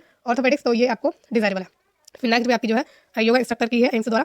चलते हैं अब आगे और जानते हैं दूसरी पोजीशन। प्रोग्रामर की ये पोजीशन है 18 से 30 साल की लिमिट है, साथ इसका पे लेवल है। बीटेक या बीई आपकी होनी चाहिए इन कंप्यूटर साइंस या कंप्यूटर इंजीनियरिंग में, या फिर पोस्ट ग्रेजुएशन होनी चाहिए इन साइंस या मैथ में किसी रिलेटेड सब्जेक्ट में, या फिर post graduation in computer application होनी चाहिए तो आप इसमें फॉर्म भर सकते हैं। तो इसमें कोई एक्सपीरियंस आपने नहीं मांगा है और इसका पे लेवल साथ है, मैंने बता ही दिया है आपको, है ना। तो बढ़ते हैं आगे और नेक्स्ट भी आपकी सेम पोजीशन है। अच्छा, programmer central arm police forces institute of medical sciences द्वारा जो वैकेंसी है इसमें भी आई थिंक आपकी सेम ही क्या है क्वालिफिकेशन, एक्सपीरियंस आपको इसमें नहीं चाहिए। अब असिस्टेंट वार्डन की जो पोजीशन है इसका एज लिमिट 18 से 30 साल है, 4 इसका पे लेवल है। डिग्री मांगी है किसी भी डिसिप्लिन से, साथ में सर्टिफिकेट डिप्लोमा होना चाहिए आपके पास हाउसकीपिंग का या मटेरियल मैनेजमेंट का या फिर पब्लिक रिलेशंस का या एस्टेट मैनेजमेंट का, ठीक है। या फिर 2 साल का एक्सपीरियंस अगर आपके पास है in public relation, estate management, housekeeping या स्टोर कीपिंग और अदर रिलेटेड एरियाज में तब भी आप इसमें फॉर्म भर सकते हैं, ठीक है। तो अगर आप डिग्री के साथ या तो आपके पास सर्टिफिकेट डिप्लोमा हो या फिर 2 साल का एक्सपीरियंस हो, ठीक। अब हॉस्टल वार्डन की जो आपकी पोस्ट है उसमें एज लिमिट आपकी 30 से 35 साल है, 6 इसका पे लेवल है। ग्रेजुएशन मांगी आपसे, फिर वही डिप्लोमा मांगा है इन हाउसकीपिंग, मटेरियल मैनेजमेंट या पब्लिक रिलेशन या स्टेट मैनेजमेंट में, और साथ में आपसे 2 साल का एक्सपीरियंस इसमें मांगा है of handling hostels in government या रेप्यूटेड ऑर्गेनाइजेशन, है ना। तो अब बढ़ते हैं आगे और सेम ही आपकी नेक्स्ट। अब जूनियर वार्डन की पोजीशन है 30 से 45 साल की लिमिट है, 2 इसका पे लेवल है। ग्रेजुएशन मांगी है, साथ में 2 साल का एक्सपीरियंस मांगा है एज ए जूनियर वार्डन या कोई इक्विवेलेंट इन एनी कॉलेज, ठीक। अब बढ़ते हैं और आगे। अब जूनियर वार्डन हाउस कीपर्स की जो वैकेंसी है इसमें भी सेम क्वालिफिकेशन है और सेम आपकी एज लिमिट और पे लेवल है। तो नेक्स्ट पोस्ट पर चलते हैं। वार्डन की पोस्ट है आपकी 18 से 27 साल की लिमिट है, 5 इसका पे लेवल है। डिग्री मांगी है किसी भी डिसिप्लिन से और डिप्लोमा इन होम साइंस आपके पास होना चाहिए रिकॉग्नाइज्ड यूनिवर्सिटी इंस्टीट्यूट से, या फिर डिग्री इन होम साइंस होनी चाहिए, ठीक है। तो डिग्री किसी भी डिसिप्लिन में है तो फॉर्म भर सकते हैं, डिग्री के साथ डिप्लोमा है तो आप फॉर्म भर सकते हैं, ठीक है। या फिर सिर्फ अगर आपके पास होम साइंस की डिग्री है तो आप इसमें आराम से फॉर्म भर सकते हैं। एक्सपीरियंस इसमें डिजायरेबल है, कंपल्सरी नहीं है। तो 2 साल का एक्सपीरियंस अगर आपके पास है in job connected with home science and nutrition of housekeeping और वर्किंग नॉलेज इन हिंदी है तो इसमें आपको प्रेफरेंस मिल जाएगी, आगे फायदा मिल जाता है ना। बढ़ते हैं आगे। वार्डन वही हॉस्टल वार्डन का है, सेम आपकी जो है क्वालिफिकेशन है ग्रेजुएशन एंड सर्टिफिकेट डिप्लोमा। बढ़ते हैं और आगे एम्स और इसका पे लेवल मैंने आपको बताया कि 6 है वार्डन हॉस्टल का, हॉस्टल वार्डन का। जूनियर स्किल स्टेनो इसमें 21 से 30 साल की लिमिट है, 4 इसका पे लेवल है। 12th इसमें मांगी है स्किल टेस्ट के नाम से ही, मतलब स्किल टेस्ट इसमें आपका होगा। हिंदी की शॉर्ट लिस्ट है, सॉरी हिंदी का जो शॉर्ट हैंड है उसमें आपकी जो स्पीड होनी चाहिए 64 वर्ड पर मिनट की होनी चाहिए। एंड ट्रांसक्रिप्शन की जो स्पीड है वो 11 वर्ड पर मिनट इन्होंने मांगी है। एंड मिस्टेक जो है आपकी 8% से ज़्यादा नहीं होनी चाहिए, ठीक है। तो हिंदी के स्टेनोग्राफर की पोजीशन है 12th और आपको स्टेनो आनी चाहिए। पर्सनल असिस्टेंट की जो पोजीशन है 18 से 30 साल की लिमिट है, 6 इसका पे लेवल है। डिग्री आपसे मांगी है किसी भी रिकॉग्नाइज्ड यूनिवर्सिटी से और स्किल टेस्ट इसमें आपका होगा 10 मिनट का, जिसमें आपकी स्पीड मांगी है 100 वर्ड पर मिनट की। ये डिक्टेशन का टाइम है, सॉरी डिक्टेशन के लिए टाइम है, और ट्रांसक्रिप्शन का जो टाइम है 40 मिनट की इंग्लिश और या 55 मिनट का जो है हिंदी ऑन ए कंप्यूटर, ठीक है। तो 40 मिनट इंग्लिश के लिए या फिर 55 मिनट आपकी हिंदी के लिए कंप्यूटर पर ट्रांसक्रिप्शन के लिए आपका टाइम है। डिजायरेबल है कि डिप्लोमा सर्टिफिकेट आपके पास है इन सेक्रेटेरियल प्रैक्टिस, तो इसमें आपको जो है प्रेफरेंस आगे मिल जाएगा, फायदा मिल जाएगा। Excellent command over Hindi and English written and spoken तो आपको फायदा मिल जाएगा। नेक्स्ट भी आपकी पर्सनल असिस्टेंट की है और एम्स द्वारा ही है, तो सेम आपका पे लेवल और आपकी education qualification and as limit है, ठीक। बढ़ते हैं और आगे और पर्सनल असिस्टेंट ही अभी आपकी पोजीशन चल रही है इसमें, है ना। तो इसमें यहाँ पे थोड़ा इंस्टीट्यूट बदला है तो देख लेते हैं कहीं यहाँ पे चेंज है क्या। पर्सनल असिस्टेंट की जो पोजीशन है 30 साल की एज लिमिट है, 6 इसका पे लेवल है। मिनिमम 3 साल की बैचलर डिग्री मांगी है किसी भी डिसिप्लिन से, 120 वर्ड पर मिनट स्पीड आपकी मांगी है शॉर्ट हैंड की इंग्लिश या हिंदी की, तो इसमें स्पीड का थोड़ा चेंज है, ठीक है। और बाकी इसमें डिग्री मांगी है वर्किंग नॉलेज ऑन कंप्यूटर आपके पास होनी चाहिए, एमएस ऑफिसर या पावर पॉइंट की। फिर नेक्स्ट चलते हैं आगे और बढ़ते हैं, है ना।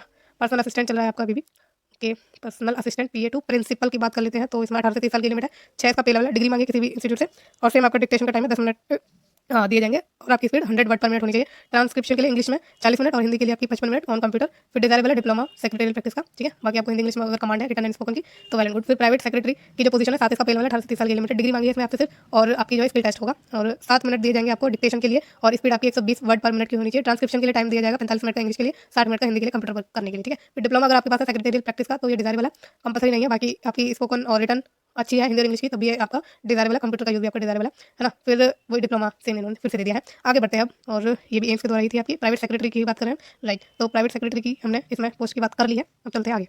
तो स्टेनोग्राफर की बात करें तो इसमें आपकी 18 से 27 साल की लिमिट है, 40 का पे लेवल है। आपके पास 12th होनी चाहिए। स्किल टेस्ट के लिए जो आपको 10 मिनट दिए जाएंगे, मतलब स्टेनो के लिए, और 80 वर्ड पर मिनट की स्पीड होनी चाहिए। ट्रांसक्रिप्शन के लिए 50 मिनट इंग्लिश के लिए दी जाएंगे, 65 मिनट आपको हिंदी के लिए दी जाएंगे कंप्यूटर पर करने के लिए। डिजायरेबल है कि अगर आपकी एक्सीलेंट कमांड है हिंदी और इंग्लिश में, रिटन एंड स्पोकन दोनों में, तो आपको जो प्रेफरेंस आगे मिलेगी, ठीक है। तो नेक्स्ट भी आपकी स्टेनोग्राफर की ही पोस्ट है, और सेम जो है इंस्टीट्यूट है एम्स। बढ़ते हैं आगे, तो क्वालिफिकेशन भी इसके लिए आपकी सेम रहने वाली है, और एज लिमिट भी, है ना। तो बढ़ते हैं और आगे। अब यहाँ देख लेते हैं एक बार, सेंट्रल आर्म फोर्सेस का है, तो इसमें 12th मांगी है। स्किल टेस्ट के नॉर्म्स हो सकते हैं थोड़े अलग हो, तो हाँ, तो अलग 10 मिनट की आपकी डिक्टेशन होगी, और 80 वर्ड पर मिनट की स्पीड होनी चाहिए। 50 मिनट इंग्लिश के लिए दी जाएंगे ट्रांसक्रिप्ट करने के लिए, और 65 मिनट हिंदी के लिए दी जाएंगे ओनली ऑन कंप्यूटर।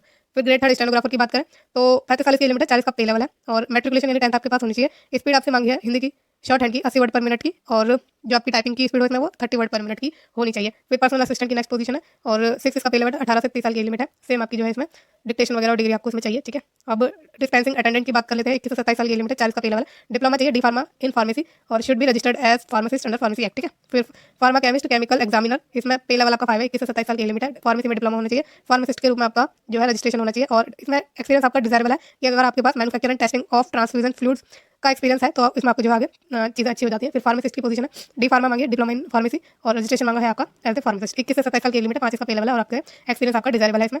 अब बढ़ लेते हैं और आगे, है ना। तो यहाँ पे देख लेते हैं फार्मासिस्ट 5 पे लेवल, 18 से 30 साल की लिमिट है। डिप्लोमा इसमें मांगा है इन फार्मेसी, और रजिस्ट्रेशन फार्मासिस्ट के रूप में। अब इसमें नोट दिया गया है कि एप्लीकेंट होल्डिंग हाई डिग्री के नाम से, तो अगर आपके पास हाई डिग्री है तो आप इसमें अप्लाई कर सकते हैं। The candidate should also be registered as pharmacist, तो फार्मासिस्ट के रूप में आपका रजिस्ट्रेशन होना जरूरी है। बाकी क्वालिफिकेशन आपकी सेम ही है, तो ओके, इसमें भी आपकी सेम है। बाकी 18 से 30 साल की एज लिमिट है। फार्मासिस्ट इसमें अलग है थोड़ी सी, वो देख लेते हैं। Pharmacist Vardhman Mahavir medical college ने जो आपकी निकाली है ये पोजीशन, इसमें आपकी लिमिट 18 से 25 साल है, 5 का पे लेवल है। 12th मांगी आपकी साइंस से, कम से कम 2 साल का डिप्लोमा चाहिए आपको इन फार्मेसी, और आपका रजिस्ट्रेशन होना चाहिए स्टेट फार्मेसी काउंसिल में। अब बढ़ते हैं आगे, फार्मासिस्ट एलोपैथी, इसमें जो एज लिमिट है वो 32 साल है, 5 इसका पे लेवल है। डिग्री आपके पास होनी चाहिए इन फार्मेसी या सीनियर सेकेंडरी आपकी होनी चाहिए, 12th होनी चाहिए विद डिप्लोमा इन फार्मेसी। तो डिग्री अगर आपने ली है फार्मेसी में तो आपको डिप्लोमा की नीड नहीं है, लेकिन आपने 12th अगर करी है तो उसके साथ आपको डिप्लोमा इन फार्मेसी चाहिए, ठीक है। और रजिस्ट्रेशन आपका होना चाहिए एज फार्मासिस्ट। फिर सेम नेक्स्ट है आपकी, और सेम आपकी क्वालिफिकेशन है, और सेम आपकी एज लिमिट है, पे लेवल भी सेम है। बढ़ते हैं अब और आगे, और ठीक है, फार्मासिस्ट की पोजीशन चल रही है अभी एलोपैथिक, और फार्मासिस्ट ग्रेड 3 है, 21 से 27 साल लिमिट है, 5 पे लेवल है। डिप्लोमा मांगा फार्मेसी में, रजिस्ट्रेशन होना चाहिए फार्मासिस्ट, एक्सपीरियंस आपका डिजायरेबल है, सेम है चीज़ है। अब AID एजुकेटर कम काउंसलर की जो पोजीशन है, ए लिमिट 30 है, 7 इसका पे लेवल है। BSc नर्सिंग मांगी है आपसे, एक्सपीरियंस एंड ट्रेनिंग आपके पास होनी चाहिए in counselling related to communicable disease, ठीक है। तो जो कम्युनिकेबल डिसीज है उसमें आपने जो है काउंसलिंग करी हो और एक्सपीरियंस अपना लिया हुआ हो, इसके लिए आपको एलिजिबिलिटी चाहिए ये वाली। और preference will be given to the candidate who possess practical experience in handling patients health worker and relations, ठीक है। तो प्रेफरेंस दी जाएगी उन कैंडिडेट को जिन्होंने प्रैक्टिकल एक्सपीरियंस लिया है पेशेंट्स हेल्थ वर्कर के पेशेंट्स के हेल्थ वर्क एंड रिलेशन में। फिर ANM की जो पोजीशन है इसमें आपके 18 से 25 साल की लिमिट है, 40 का पे लेवल है। 12th मांगी है इसमें, और ANM का जो है आपके पास सर्टिफिकेट होना चाहिए, और वो recognised state nursing council and must have been registered as ANM with recognised state nursing council. तो ANM के रूप में आपका रजिस्ट्रेशन जरूरी है, और ANM का सर्टिफिकेट भी आपके पास होना चाहिए। या फिर फीमेल मल्टीपर्पज वर्कर कोर्स भी आपके पास अगर है तब भी आप इसमें फॉर्म भर सकते हैं। Auxiliary course under 12th standard vocational scheme from recognised board as per syllabus prescribed by central board of secondary education और its equivalent and handling nursing council. तो अगर 12th में आपने ऑक्सिलरी कोर्स किया हुआ है जो CBSE द्वारा कराया जाता है, किसी ने भी अगर करा है तो भी आप फॉर्म भर सकते हैं। तो उसके साथ आपको कोई सर्टिफिकेट नहीं चाहिए अगर आपने 12th में ऑक्सिलरी कोर्स जो किया है, ठीक है। तो ये चीज़ें समझ गए आप, इसकी क्वालिफिकेशन 12th चाहिए, उसके साथ ANM का सर्टिफिकेट। अगर ANM का सर्टिफिकेट नहीं है तो फीमेल मल्टीपर्पज वर्कर कोर्स किया है तो आप फॉर्म भर सकते हैं, या फिर ऑक्सिलरी कोर्स किया है 12th स्टैंडर्ड में वोकेशनल स्कीम के साथ, मतलब वोकेशनल स्कीम हो जाती है ना, तो वो चीज़ आपने की है तो भी आप इसमें फॉर्म भर सकते हैं, ठीक है। फिर मल्टीपर्पज वर्कर की बात कर लेते हैं, 18 से 30 साल की लिमिट है, 40 का पे लेवल है। 10th मांगी है इसमें आपसे, फिर मल्टीपर्पज हेल्थ वर्कर कोर्स मांगा है, या फिर vocational higher secondary with multipurpose health worker course है तब भी आप इसमें फॉर्म भर सकते हैं, या मैट्रिक या कोई इक्विवेलेंट है और सर्टिफिकेट है ANM का तो आप इसमें फॉर्म भर सकते हैं। बाकी आपका रजिस्ट्रेशन भी होना चाहिए एज ANM। नेक्स्ट बढ़े, तो मैट्रिक किया है और फीमेल मल्टीपर्पज कोर्स है आपके पास तभी आप फॉर्म भर सकते हैं, या फिर ANM कोर्स किया है और ANM कोर्स आपने 12th वोकेशनल स्कीम के अंडर किया है तो अभी आप इसमें फॉर्म भर सकते हैं। फिर नर्सिंग ऑफिसर की आपकी नेक्स्ट पोजीशन है, इसमें एज में 30 ईयर्स है, 7 का पे लेवल है। BSc ऑनर्स आपकी होनी चाहिए नर्सिंग में, और रेगुलर कोर्स आपका है अगर इन BSc नर्सिंग तो आप फॉर्म भर सकते हैं, मतलब BSc ऑनर्स की है इन नर्सिंग, या फिर रेगुलर कोर्स किया है इन BSc नर्सिंग तो आप फॉर्म भर सकते हैं, या फिर पोस्ट बेसिक BSc नर्सिंग आपने की है तो भी आप फॉर्म भर सकते हैं। साथ में आपका रजिस्ट्रेशन होना चाहिए एज नर्स या नर्स एंड मिडवाइफ, ठीक है, तो आप फॉर्म भर सकते हैं और वो स्टेट नर्सिंग काउंसिल से होना चाहिए। या फिर डिप्लोमा किया है इन जनरल नर्सिंग मिडवाइफरी यानी जीएनएम अगर आपने किया हुआ है और रजिस्ट्रेशन है आपका एज नर्स या नर्स एंड मिडवाइफ, तो आप इसमें फॉर्म भर सकते हैं। साथ में आपको चाहिए 1 साल का experience in minimum 50 bedded hospital after acquiring the educational qualification as mention at B1 above, ठीक है। तो अगर आपने बीएससी नर्सिंग किया है तो आपको उसमें कोई भी जो एक्सपीरियंस है वो नहीं चाहिए, लेकिन अगर आपने डिप्लोमा किया है जीएनएम का तो उसमें आपको एक्सपीरियंस चाहिए, ठीक, समझिए। फिर नेक्स्ट बढ़ लेते हैं नर्सिंग ऑफिसर 7 पे लेवल और 30 इसकी एज लिमिट। सेम आपकी इसमें क्वालिफिकेशन है बीएससी ऑनर्स, ठीक है। नर्सिंग में बीएससी नर्सिंग होनी चाहिए और एज ए नर्स आप जो है रजिस्टर्ड होनी चाहिए, या फिर बीएससी पोस्ट सर्टिफिकेट अगर मैंने इक्वलेंट लिया है as BSc nursing post basic from Indian nursing council recognise institute या यूनिवर्सिटी से, या डिप्लोमा है जीएनएम का और साथ में 2 साल का एक्सपीरियंस आपको चाहिए, तो आप इसमें फॉर्म भर सकते हैं। और रजिस्ट्रेशन आपका होना चाहिए एज जीएनएम या नर्स के रूप में। फिर मतलब एज जीएनएम मतलब सही हो गया, ठीक है। पब्लिक हेल्थ नर्स की बात कर लेते हैं, 21 से 35 इसकी लिमिट है, 8 इसका पे लेवल है। इसमें आपको चाहिए बीएससी ऑनर्स नर्सिंग में और साथ में 2 साल का रेलेवेंट एक्सपीरियंस आपके पास होना चाहिए। फिर सीनियर नर्सिंग ऑफिसर 21 से 35 साल एज लिमिट, 8 इसका पे लेवल। इसमें आपको चाहिए बीएससी नर्सिंग जो कि 4 साल का कोर्स होना चाहिए, ठीक है, या फिर बीएससी पोस्ट सर्टिफिकेट या कोई इक्विवेलेंट होना चाहिए such as BSc nursing post basic जो कि 2 साल का कोर्स हो, तो आप फॉर्म भर सकते हैं, लेकिन उसके साथ जो है आप रजिस्टर्ड होने चाहिए with the Indian nursing council या स्टेट नर्सिंग काउंसिल में, ठीक। और एक्सपीरियंस भी इसमें आपको चाहिए 3 साल का experience as staff nurse grade 2 in minimum 100 bedded hospital या हेल्थ केयर इंस्टीट्यूट, ठीक। डिजायरेबल है कंप्यूटर चलाना आपको होना चाहिए एमएस ऑफिस। तो ये चीज़ है, समझ गए आप इसको कि बीएससी नर्सिंग अगर आपके पास है 4 साल की तो उसमें एक्सपीरियंस आपको नहीं चाहिए, लेकिन अगर आपके पास बीएससी पोस्ट सर्टिफिकेट है और वो 2 साल का है तो इसमें फॉर्म भर सकते हैं, साथ में एक्सपीरियंस आपको उसमें चाहिए, ठीक। नेक्स्ट पोस्ट की बात कर लेते हैं सीधा, सीनियर नर्सिंग की ही चल रही है, nursing officer, senior nursing officer grade 2 sorry grade 1। इसमें भी आई थिंक सेम ही है, एज लिमिट भी सेम है इसमें और पे लेवल भी आपका सेम है ना। तो 3 साल का एक्सपीरियंस आपको चाहिए, ओके। तो जो आपका ये वाली पोस्ट है सीनियर नर्सिंग ऑफिसर ग्रेड 1, इसकी एज लिमिट तो 21 से 35 साल है और 8 इसका पे लेवल है। बाकी क्वालिफिकेशन सेम है, एक्सपीरियंस आपको 3 साल का चाहिए एज स्टाफ नर्स ग्रेड 2 का। फिर आगे बढ़ते हैं और इसमें भी सेम ही है, आगे चलते हैं सीधा। और TB and chest disease health assistant, इसकी जो एज लिमिट है वो 21 से 30 साल की, 6 इसका पे लेवल है। बीएससी ऑनर्स आपकी होनी चाहिए नर्सिंग में या फिर डिप्लोमा है नर्सिंग का विद 2 ईयर्स रेलेवेंट एक्सपीरियंस, ठीक है। तो डिप्लोमा के केस में आपको 2 साल का एक्सपीरियंस चाहिए, बीएससी अगर है तो उसमें कोई एक्सपीरियंस आपको नहीं चाहिए। फिर नेक्स्ट आपकी सेम ही पोस्ट है और सेम आपकी क्वालिफिकेशन वगैरह है। केयर टेकर है नेक्स्ट पोस्ट और 18 से 25 साल की लिमिट है, 4 इसका पे लेवल है। 12 इसमें आपसे मांगी और डिप्लोमा मांगा है सैनिटरी इंस्पेक्टर का या हेल्थ इंस्पेक्टर का या सैनिटरी हेल्थ इंस्पेक्टर का या हेल्थ सैनिटरी इंस्पेक्टर का, ठीक है। तो ये आपका केयर टेकर की क्वालिफिकेशन है। सैनिटरी इंस्पेक्टर की पोजीशन है, 18 से 27 साल की लिमिट है और 4 इसका पे लेवल है। बैचलर डिग्री मांगी है आपकी किसी भी डिसिप्लिन से और क्वालिफाइड आप सैनिटरी इंस्पेक्टर होने चाहिए, क्वालिफाइड सैनिटरी इंस्पेक्टर होनी चाहिए, मतलब सर्टिफिकेट वगैरह हो आपके पास और थोड़ा बड़ा एक्सपीरियंस है तो वेल एंड गुड। डिजायरेबल है इसमें आपका एक्सपीरियंस वैसे, ठीक है, कि आपने अगर एज ए सैनिटरी इंस्पेक्टर काम किया है रूरल एरिया में जो कि एक प्रीफरेबल है तो इसमें आपको जो प्रेफरेंस मिल जाएगी, ठीक है। वर्किंग नॉलेज है हिंदी की तभी आपको जो है प्रेफरेंस मिल जाएगी क्योंकि डिजायरेबल है। चलते हैं आगे, नेक्स्ट सेम आपकी वो है पोजीशन, ठीक है। और एज लिमिट इसमें आपकी थोड़ी डिफरेंट है क्योंकि डिफरेंट इंस्टीट्यूट द्वारा है। तो 18 से 25 साल की लिमिट है, 40 का पे लेवल है, 12 मांगी है इसमें आपसे और डिप्लोमा मांगा है सैनिटरी इंस्पेक्टर या हेल्थ इंस्पेक्टर का, ठीक है, और सैनिटरी हेल्थ इंस्पेक्टर या हेल्थ सैनिटरी इंस्पेक्टर का। तो इसमें 12 प्लस आपको डिप्लोमा चाहिए। नेक्स्ट बढ़ते हैं आगे और sanitary inspector grade 1, sanitary inspector grade 2, इसकी एज लिमिट 18 से 25 साल है, 5 इसका पे लेवल है, 12 मांगी है और हेल्थ सैनिटरी इंस्पेक्टर कोर्स आपके पास होना चाहिए कम से कम 1 साल का और 2 साल से नीचे का आपके पास एक्सपीरियंस नहीं होना चाहिए, मतलब कम से कम 2 साल का एक्सपीरियंस आपके पास होना ही होना चाहिए और वो एक्सपीरियंस आपने 500 बेडेड हॉस्पिटल में लिया हुआ हो। फिर सैनिटरी इंस्पेक्टर ग्रेड 2, 18 से 35 साल की लिमिट, 5 इसका पे लेवल, 12 आपसे मांगी है और हेल्थ सैनिटरी इंस्पेक्टर कोर्स मांगा है आपसे 1 साल का, साथ में 4 साल का एक्सपीरियंस आपसे मांगा है 200 बेडेड हॉस्पिटल में। तो नेक्स्ट भी आपकी सेम पोजीशन है और सेम आपकी जो है क्वालिफिकेशन है।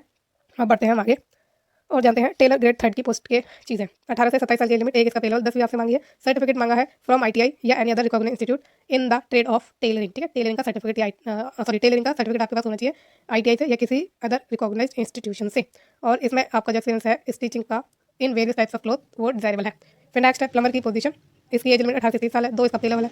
आईटीआई का डिप्लोमा आपके पास है सर्टिफिकेट या कोई equivalent in the trade with at least 5 साल का प्रैक्टिकल एक्सपीरियंस, तो इसमें आप फॉर्म भर सकते हैं और आपके पास एक्सपीरियंस भी होना चाहिए, working knowledge of various types of special used in plumbing trade of all types of pipes of different material and be able to estimate requirement of any job interested to him, ठीक है। तो ये चीज़ आपके पास होनी चाहिए। Next बात करें तो पोजीशन आपकी प्लम्बर की ही है, इसमें 18 से 30 साल की लिमिट है, 2 इसका पे लेवल है। आईटी मांगी है, आईटीआई का सर्टिफिकेट इक्विवेलेंट ट्रेड में, ठीक है, और 5 साल का प्रैक्टिकल एक्सपीरियंस मांगा है और आपसे नॉलेज भी मांगी है, working knowledge of various types of special use in the plumbing trade of all types of pipes of different material, मतलब हर टाइप के मटेरियल के पाइप के आपको जो है नॉलेज होनी चाहिए, ठीक है। सारी चीज़ें इसमें उसी से रिलेटेड आपकी मांगी है और working with various tools use in trade such as wrencher, spanner, cooking tools, stocks and dies etcetera, तो ये चीज़ें इसमें मांगी है। फिर डेप्यूटी जनरल मैनेजर कैफेटेरिया की पोजीशन है, 18 से 30 साल की एज लिमिट है, 5 इसका पे लेवल है और इसमें अप्लाई करने के लिए आपके पास 12 होनी चाहिए, साथ में 3 साल का जो है डिप्लोमा होना चाहिए इन होटल मैनेजमेंट या फिर बैचलर डिग्री अगर आपके पास है होटल मैनेजमेंट में या hotel management and catering technology में, या फिर बैचलर डिग्री आपने लिया कॉमर्स में या इकोनॉमिक्स में या बिजनेस स्टडीज में, साथ में 1 साल का एक्सपीरियंस है in cafeteria with capacity to cater to minimum 200% in medical या एजुकेशन या institution facility after acquiring the education qualification and mention above. तो अगर आपने 12 लिया है उसके साथ 3 साल का डिप्लोमा है तो आप इसमें फॉर्म भर सकते हैं, उसके साथ आपको कोई एक्सपीरियंस की नीड नहीं है। या फिर अगर आपने बैचलर की डिग्री ली है, ठीक है, तो भी आपको इसमें कोई एक्सपीरियंस की नीड नहीं है। या फिर अगर आपने बैचलर डिग्री कॉमर्स में, इकोनॉमिक्स में या बिजनेस स्टडी में से किसी एक सब्जेक्ट में ली है तो उसके साथ आपको 1 साल का एक्सपीरियंस चाहिए और वो एक्सपीरियंस आपने जो है कम से कम 200% की कैपेसिटी वाले उसमें ली हुई हो, ठीक है, जो कि कैटर कर सकता हो 200% को, उस चीज़ में आपकी ये एक्सपीरियंस की नीड है। डिजायरेबल है इसमें कि प्रेफरेंस दी जाएगी उनको जो पोजेस करते होंगे डिप्लोमा इन होटल मैनेजमेंट। फिर पेंटर की जो पोजीशन है इसमें एज लिमिट 35 साल है, 2 इसका पे लेवल है, 10th मांगी है, सर्टिफिकेट मांगा है इन द ट्रेड, ठीक है। पेंटर की ट्रेड में आपकी जो है क्या होना चाहिए, सर्टिफिकेट। बड़े आगे और स्टैटिस्टिकल असिस्टेंट की पोजीशन है, 30 इसकी लिमिट है, 6 का पे लेवल है। एमएससी स्टैटिस्टिक्स में है या एमए है स्टैट्स में, मैथ में, इकोनॉमिक्स या सोशियोलॉजी में with statistics as a paper, तो आप इसमें फॉर्म भर सकते हैं। इसमें आपसे कोई एक्सपीरियंस नहीं मांगा है, इनमें से एक क्वालिफिकेशन आपके पास होनी चाहिए। फिर नेक्स्ट बात करें वर्कशॉप असिस्टेंट CWS, और इसमें थोड़ी वैकेंसी की डिटेल दी है कि एक अनरिजर्व के लिए है कारपेंटर, एक वैकेंसी अनरिजर्व में पेंटर की, एक ओबीसी के अंदर है शीट मेटल वर्कर की, और एक ओबीसी के अंदर है कारपेंटर की। 2 इसका पे लेवल है, 18 से 30 साल की लिमिट है, 10th इसमें आपसे मांगी है, सर्टिफिकेट या डिप्लोमा आपके पास होना चाहिए in the trade of carpenter या अपहोल्स्टरी या welding and sheet metal worker या electro plating and spray painting और कारपेंटर का। फिर डिजायरेबल इसमें एक्सपीरियंस आपसे मांगा है कि आपने in line preferably in regard in repair maintenance of laboratory या मेडिकल इक्विपमेंट, तो इसमें आपको जो है प्रेफरेंस मिल जाएगी। अब असिस्टेंट स्टोर ऑफिसर की जो पोस्ट है इसका पे लेवल आता है 18 से 35 साल की लिमिट है। डिग्री मांगी है आपसे किसी भी डिसिप्लिन में, पोस्ट ग्रेजुएशन की डिग्री मांगी है या डिप्लोमा मांगा है इन मटेरियल मैनेजमेंट में, या फिर बैचलर की डिग्री अगर आपके पास है इन मटेरियल मैनेजमेंट में तो आप इसमें फॉर्म भर सकते हैं। तो बैचलर की डिग्री के साथ आपको 3 साल का एक्सपीरियंस चाहिए इन store handling, preferably medical store, ठीक है, तो ये आपको इसमें चाहिए। फिर नेक्स्ट है पोजीशन आपकी सेम, और सेम ही आपकी इसके लिए चीज़ है। अब junior store officer store keeper की जो पोजीशन है 18 से 35 साल की लिमिट है, 6 इसका पे लेवल है। डिग्री मांगी है और पोस्ट ग्रेजुएशन की डिग्री या डिप्लोमा होना चाहिए इन मटेरियल मैनेजमेंट में, या फिर बैचलर की डिग्री है अगर इन मटेरियल मैनेजमेंट में तो उसके साथ 3 साल का एक्सपीरियंस आपको चाहिए इन स्टोर हैंडलिंग, ठीक। फिर junior store officer store keeper same आपकी पोजीशन है। आगे बढ़ते हैं, और स्टोर कीपर की पोजीशन है, इसका एज लिमिट 18 से 35 साल है, 6 का पे लेवल है। डिग्री आपसे मांगी है, पोस्ट ग्रेजुएशन की डिग्री डिप्लोमा होना चाहिए इन मटेरियल या मैनेजमेंट में, या फिर बैचलर की डिग्री है तो उसके साथ 3 साल का एक्सपीरियंस चाहिए स्टोर हैंडलिंग में। फिर आगे बढ़ते हैं, और सेम आपकी क्वालिफिकेशन है स्टोर कीपर की। और ओके, अब स्टोर कीपर कम क्लर्क 30 साल एज लिमिट है, 2 इसका पे लेवल है, ग्रेजुएशन मांगी है किसी भी डिसिप्लिन में, और साथ में 1 साल का एक्सपीरियंस होना चाहिए हैंडलिंग स्टोर्स का, ठीक है। डिजायरेबल की बात करें तो post graduation degree diploma in material management में, तो इसमें आपको एडवांटेज मिलेगी। तो नेक्स्ट भी आपकी सेम पोजीशन है। स्टोर कीपर की पोजीशन की बात करें तो 30 साल एज लिमिट है, 6 इसकी पे लेवल है, सेम इसकी क्वालिफिकेशन है कि बैचलर की डिग्री हो या डिप्लोमा हो, डिग्री हो इन मटेरियल मैनेजमेंट में, और या फिर वेयर हाउसिंग मैनेजमेंट में, या परचेजिंग में, या लॉजिस्टिक में, या पब्लिक प्रोक्योरमेंट में, ठीक है। इसमें थोड़ा सा इन्होंने जो एस्पेक्ट है वो बढ़ा दिया है। तो मटेरियल मैनेजमेंट के अलावा warehousing management, purchasing, logistic, public procurement का भी इन्होंने चीज़ें दे दी है। तो इनमें से अगर कोई एक डिप्लोमा अगर आपके पास है, साथ में बैचलर डिग्री है, तो आप इसमें फॉर्म भर सकते हैं। फिर मैकेनिक ऑपरेटर कम कंपोजिटर, तो इसमें 35 साल की लिमिट है, 2 इसका पे लेवल है, और 10th चाहिए। नॉलेज आपके पास होनी चाहिए printing and handling of machine, और 5 साल का एक्सपीरियंस होना चाहिए in responsibility capacity in a well established printing house, तो 5 साल का एक्सपीरियंस आपसे मांगा है, और साथ में मांगा है knowledge of composing word up to 400 EM per hour. Desirable है कि हिंदी और मणिपुरी की नॉलेज है, और कमांड इंग्लिश की वेरी गुड आपके पास विजन है। Preference will be given to higher qualification, ठीक है, हायर क्वालिफिकेशन को ये प्रेफरेंस देंगे। अब कोडिंग क्लब की बात करें तो 18 से 30 साल की लिमिट है, 2 इसका पे लेवल है, BSc है मेडिकल कोर्स में, या फिर 10 BS साइंस से, और उसके साथ एटलीस्ट 6 महीने का डिप्लोमा सर्टिफिकेट है इन मेडिकल रिकॉर्ड कीपिंग का, तो आप इसमें फॉर्म भर सकते हैं। और साथ में आपको 2 साल का एक्सपीरियंस भी चाहिए इन मेडिकल रिकॉर्ड कीपिंग का इन हॉस्पिटल सेटअप, और एबिलिटी होनी चाहिए कंप्यूटर को यूज़ करने की। तो ये सारी आपको कंपलसरी क्वालिफिकेशन है। कोडिंग क्लब की नेक्स्ट पोजीशन है, और इसमें जो है जो मांगा है क्वालिफिकेशन वो भी आई थिंक सेम है, ठीक है। या तो BSc करिए मेडिकल रिकॉर्ड में, तो आपको कोई एक्सपीरियंस नहीं चाहिए, लेकिन अगर आपने 12th किया साइंस से तो उसके साथ 6 महीने का आपको डिप्लोमा सर्टिफिकेट कोर्स चाहिए इन मेडिकल रिकॉर्ड कीपिंग, साथ में 2 साल का एक्सपीरियंस चाहिए, और आपके पास कंप्यूटर को यूज़ करने की नॉलेज होनी चाहिए, MS ऑफिस वगैरह। और इसमें आपसे टाइपिंग स्पीड भी मांगी है, 35 वर्ड पर minute in English and 30 word पर मिनट इन हिंदी, तो ये ऊपर के लिए भी सेम ही है, ठीक है। वो थोड़ा शायद मैंने टाइपिंग वाला मिस कर दिया, तो नेक्स्ट में कवर कर दिया, कोई नहीं। तो बढ़ते हैं आगे, और एज लिमिट भी सेम है इसमें। और कोड क्लर्क, अब ये मेडिकल रिकॉर्ड टेक्नीशियन की पोस्ट है, 18 से 30 एज लिमिट है, 40 का पे लेवल है, 12th पास आप होने चाहिए, और साइंस अगर की है तो प्रेफरेबली वही मानी जाएगी, मतलब प्रेफरेंस होने दी जाएगी, या कोई इक्विवेलेंट की है तो भी। फिर सर्टिफिकेट आपसे मांगा है मेडिकल रिकॉर्ड का, और कम से कम 6 महीने का तो होना चाहिए ट्रेनिंग कोर्स। फिर एक्सपीरियंस इसमें आपका डिजायरेबल है कि आपने हैंडल किया है मेडिकल रिकॉर्ड को, और वो हॉस्पिटल या मेडिकल इंस्टीट्यूट में किया है, किसी रेप्यूट इंस्टीट्यूट में किया है, तो इसमें आपको प्रेफरेंस दी जाएगी। Medical record assistant next position है आपकी, और 18 से 35 साल की लिमिट है, 2 इसका पे लेवल 12th मांगी है। Medical record technician training course मांगा है, सर्टिफिकेट मांगा है। टाइपिंग मांगी है 35 वर्ड पर मिनट इन इंग्लिश और 30 वर्ड पर मिनट इन हिंदी। नेक्स्ट बढ़ते हैं आगे, और ये भी मेडिकल रिकॉर्ड असिस्टेंट की पोजीशन है, और सेम आपकी क्वालिफिकेशन है। ओके, बढ़ते हैं और आगे, मेडिकल रिकॉर्ड असिस्टेंट की ही आपकी चल रही है चीज़ें। ओके, मेडिकल रिकॉर्ड असिस्टेंट, ये भी मेडिकल रिकॉर्ड टेक्नीशियन है। ओके, तो ये है आपका मेडिकल रिकॉर्ड टेक्नीशियन, 18 से 30 साल एज लिमिट है आपकी, और 4 पे लेवल है। BSc आपके पास अगर मेडिकल रिकॉर्ड में है तो इसमें कोई एक्सपीरियंस आपको या डिप्लोमा नहीं चाहिए, लेकिन अगर आपने 12th किया साइंस से, और साथ में 6 साल का आपको डिप्लोमा या सर्टिफिकेट चाहिए जो कि मेडिकल रिकॉर्ड कीपिंग में होना चाहिए, और साथ में 2 साल का एक्सपीरियंस भी आपसे मांगा है इन मेडिकल रिकॉर्ड कीपिंग जो कि हॉस्पिटल सेटअप में हो, और एबिलिटी टू यूज कंप्यूटर आपके पास होनी चाहिए, हैंड्स ऑन एक्सपीरियंस होना चाहिए आपके पास, और टाइपिंग की स्पीड होनी चाहिए 35 वर्ड पर minute in English and 30 word पर मिनट इन हिंदी, ठीक है। फिर नेक्स्ट पोस्ट भी आपकी सेम है, और आपकी क्वालिफिकेशन भी सेम है, टेक्नीशियन मेडिकल रिकॉर्ड टेक्नीशियन की। आगे बढ़ते हैं अब। ओके, तो ये आपकी मेडिकल रिकॉर्ड टेक्नीशियन है, सेम है, देख लीजिए आप, सारी आपकी चीज़ें सेम है, कुछ भी चेंज होगा तो हम डेफिनेटली डिस्कस तो करेंगे ही, है ना। तो ओके, अब ये है कि टेक्निकल असिस्टेंट MRD की जो पोजीशन है, इसमें 30 एज लिमिट है, 40 का पे लेवल है, PUSC या 12th है आपकी साइंस से, और 2 साल का कोर्स वो होना चाहिए कम से कम, ठीक है। ये कोई इक्विवेलेंट हो तो आप फॉर्म भर सकते हैं, साथ में 6 मंथ का ट्रेनिंग कोर्स होना चाहिए मेडिकल रिकॉर्ड ऑफिसर का, ठीक है, मतलब मेडिकल रिकॉर्ड ऑफिसर कोर्स का, और नॉलेज होनी चाहिए कंप्यूटर एप्लीकेशन की, ठीक। ये हो गई आपकी इसकी पोजीशन। अब बायो मेडिकल इंजीनियरिंग की जो पोजीशन है, 21 से 35 साल एज लिमिट है, 7 इसका पे लेवल है, इसमें आपसे मांगिए BE या BTech इन बायो मेडिकल इंजीनियरिंग में, या फिर डिप्लोमा अगर आपके पास है बायो मेडिकल इंजीनियरिंग में, और उसके साथ 2 साल का आपके पास एक्सपीरियंस होना चाहिए रेलेवेंट फील्ड में, ठीक है। तो अगर आपके पास BE या BTech है तो इसमें कोई एक्सपीरियंस की नहीं है, डिप्लोमा है तो एक्सपीरियंस आपको चाहिए। क्वालिटी कंट्रोल मैनेजर, इसमें आपकी 35 साल की एज लिमिट है, साथ ही साथ पे लेवल है। एमएससी मांगी first class in life science, तो लाइफ साइंस में आपकी एमएससी होनी चाहिए 60% मार्क्स के साथ या उससे अब मार्क्स के साथ, और completion of certified course of ISO ये आपके पास होना चाहिए। एटलीस्ट 6 साल का एक्सपीरियंस होना चाहिए, इधर एज क्वालिटी मैनेजर या तो क्वालिटी मैनेजर का, या as a technical manager in a successful NABL certified medical testing laboratory. तो आपकी जो एक्सपीरियंस है, ठीक है, 6 साल का, वो एज ए मैनेजर हो या फिर एज ए टेक्निकल मैनेजर हो, और वो आपका NABL certified medical testing laboratory में होना चाहिए। और प्रीफरेंस दी जाएगी उन कैंडिडेट को जिन्होंने अपना एक्सपीरियंस लार्ज स्केल लेबोरेटरी को हैंडल करने में लिया है और more than 750 sample per day उन्होंने किया है, ठीक है ना, एज क्वालिटी मैनेजर। तो ये आपकी सारी पोस्ट है, उनकी क्वालिफिकेशन है, हर एक पोस्ट की क्वालिफिकेशन आपने डीपली देखी है, कुछ भी थोड़ा सा भी अगर डिफरेंस है वो भी हमने देखा है। अब हम इसकी नेक्स्ट उस पर चलेंगे कि इसमें आपका जो एग्जाम है वो कैसे कैसे रहने वाला है। देखो वीडियो काफी लंबी होती जा रही है, आई नो, लेकिन इंपॉर्टेंट चीजें ही हम डिस्कस कर रहे हैं, कोई फिजूल की बातें हम नहीं कर रहे हैं। तो अब चल बढ़ते हैं हम आगे, ठीक है, और बात करते हैं अब इसके एग्जाम पैटर्न की कि इसका एग्जाम पैटर्न क्या रहने वाला है। तो चलते हैं सीधा ऊपर, क्योंकि इसका जो एग्जाम पैटर्न है वो सिलेबस भी हम इसका देखेंगे बाय द वे, ठीक है, क्योंकि सिलेबस में किस आपका लैंग्वेज में एग्जाम होगा वो भी देख लेंगे, बाइलिंगुअल है या सिर्फ इंग्लिश में है या सिर्फ हिंदी में है, सारी चीज़ें हम देखेंगे डेफिनेटली, है ना। अब यहीं पर है आपका pattern scheme and syllabus of examination. तो सबसे पहली बात, जो आपका एग्जाम होगा वो सीबीटी होगा, यानी कंप्यूटर बेस्ड टेस्ट होने वाला है। 90 मिनट का आपका टोटल ये टाइम है एग्जाम का, ठीक है, मतलब 90 मिनट का टाइम दिया जाएगा आपको क्वेश्चन को सॉल्व करने का। टोटल आपके 100 क्वेश्चन रहने वाले हैं, 400 मार्क्स के, और ऑल्टरनेटिव होंगे 4, और उसमें से एक आपको चूज करना है। फिर जो 25 क्वेश्चन है 100 में से, ठीक है, और हाँ, जो 25 क्वेश्चन है 100 में से वो रहने वाले आपके जनरल नॉलेज एंड एप्टीट्यूड के, और जनरल नॉलेज ऑफ कंप्यूटर के, ठीक है, 25 क्वेश्चन रहेंगे जनरल नॉलेज एंड एप्टीट्यूड के, और नॉलेज ऑफ कंप्यूटर के, और 75 क्वेश्चन जो आपके रहेंगे वो रिलेटेड रहेंगे आपके डोमेन के रेस्पेक्टिव ग्रुप के, ठीक है, यानी आपकी पोस्ट वाइज आपकी जो है जो भी डोमेन है उसके आपके 75 क्वेश्चन रहने वाले हैं। The syllabus will be in accordance with the education qualification, तो उसकी जिस लेवल की क्वालिफिकेशन है वो आपका सिलेबस रहने वाला है उसके अकॉर्डिंग। तो सिलेबस वैसे नीचे थोड़ा दिया है, वो हम देख लेंगे क्योंकि पोस्ट वाइज है वो, और बाकी आपकी जनरल नॉलेज एंड एप्टीट्यूड पूछा जाएगा इन 25 क्वेश्चन में, और उसके साथ ही इन्हीं 25 क्वेश्चन में आपके नॉलेज ऑफ कंप्यूटर भी पूछी जाएगी, है ना। फिर आपका जो है 75 क्वेश्चन जो रहने वाले हैं ना, वो आपके एक तो एजुकेशन क्वालिफिकेशन के अकॉर्डिंग होंगे, और साथ में एक्सपीरियंस के अकॉर्डिंग होंगे, जहाँ भी एक्सपीरियंस इन्होंने मांगा है कंपलसरीली, ठीक है। तो ये चीज़ें आप समझिए। अब क्वेश्चन पेपर जो होगा, ठीक है, question paper will be divided in 5 section, 5 section में डिवाइड होगा, और each of 18 minute duration, where each section will contain 20 question. तो 80 मिनट हर एक क्वेश्चन को है, और जो आपका सेक्शन है उसमें 20 क्वेश्चन इंक्लूडेड होंगे। अब फॉलोइंग विल बी एप्लीकेबल, अब इसमें क्या एप्लीकेबल है कि each section will appear 1 by 1 during the 90 minute duration at one time only. तो वो ये 1 by 1 एक क्वेश्चन आएगा और आपको विजिबल होगा। तो इसमें इन्होंने टाइम दे रखा है, ठीक है, 5 सेक्शन को जो है कितना टाइम दे रखा है, 18 मिनट का टाइम दे रखा है, और 18 पंजे 90 होता है, तो टोटल आपका 90 मिनट हो गए। और जो आपका एक सेक्शन है उसमें 20 क्वेश्चन इंक्लूड होंगे, यानी 20 पंजे 100, यानी कि आपके जो है 100 क्वेश्चन हो जाएंगे इस तरह से, ठीक। तो आप समझ गए, और 1 by 1 आपको एक एक क्वेश्चन आएगा। You will be allowed only to attempt question in the currently active section which will remain enable to set time, and it will never come back again for any action after move to next section.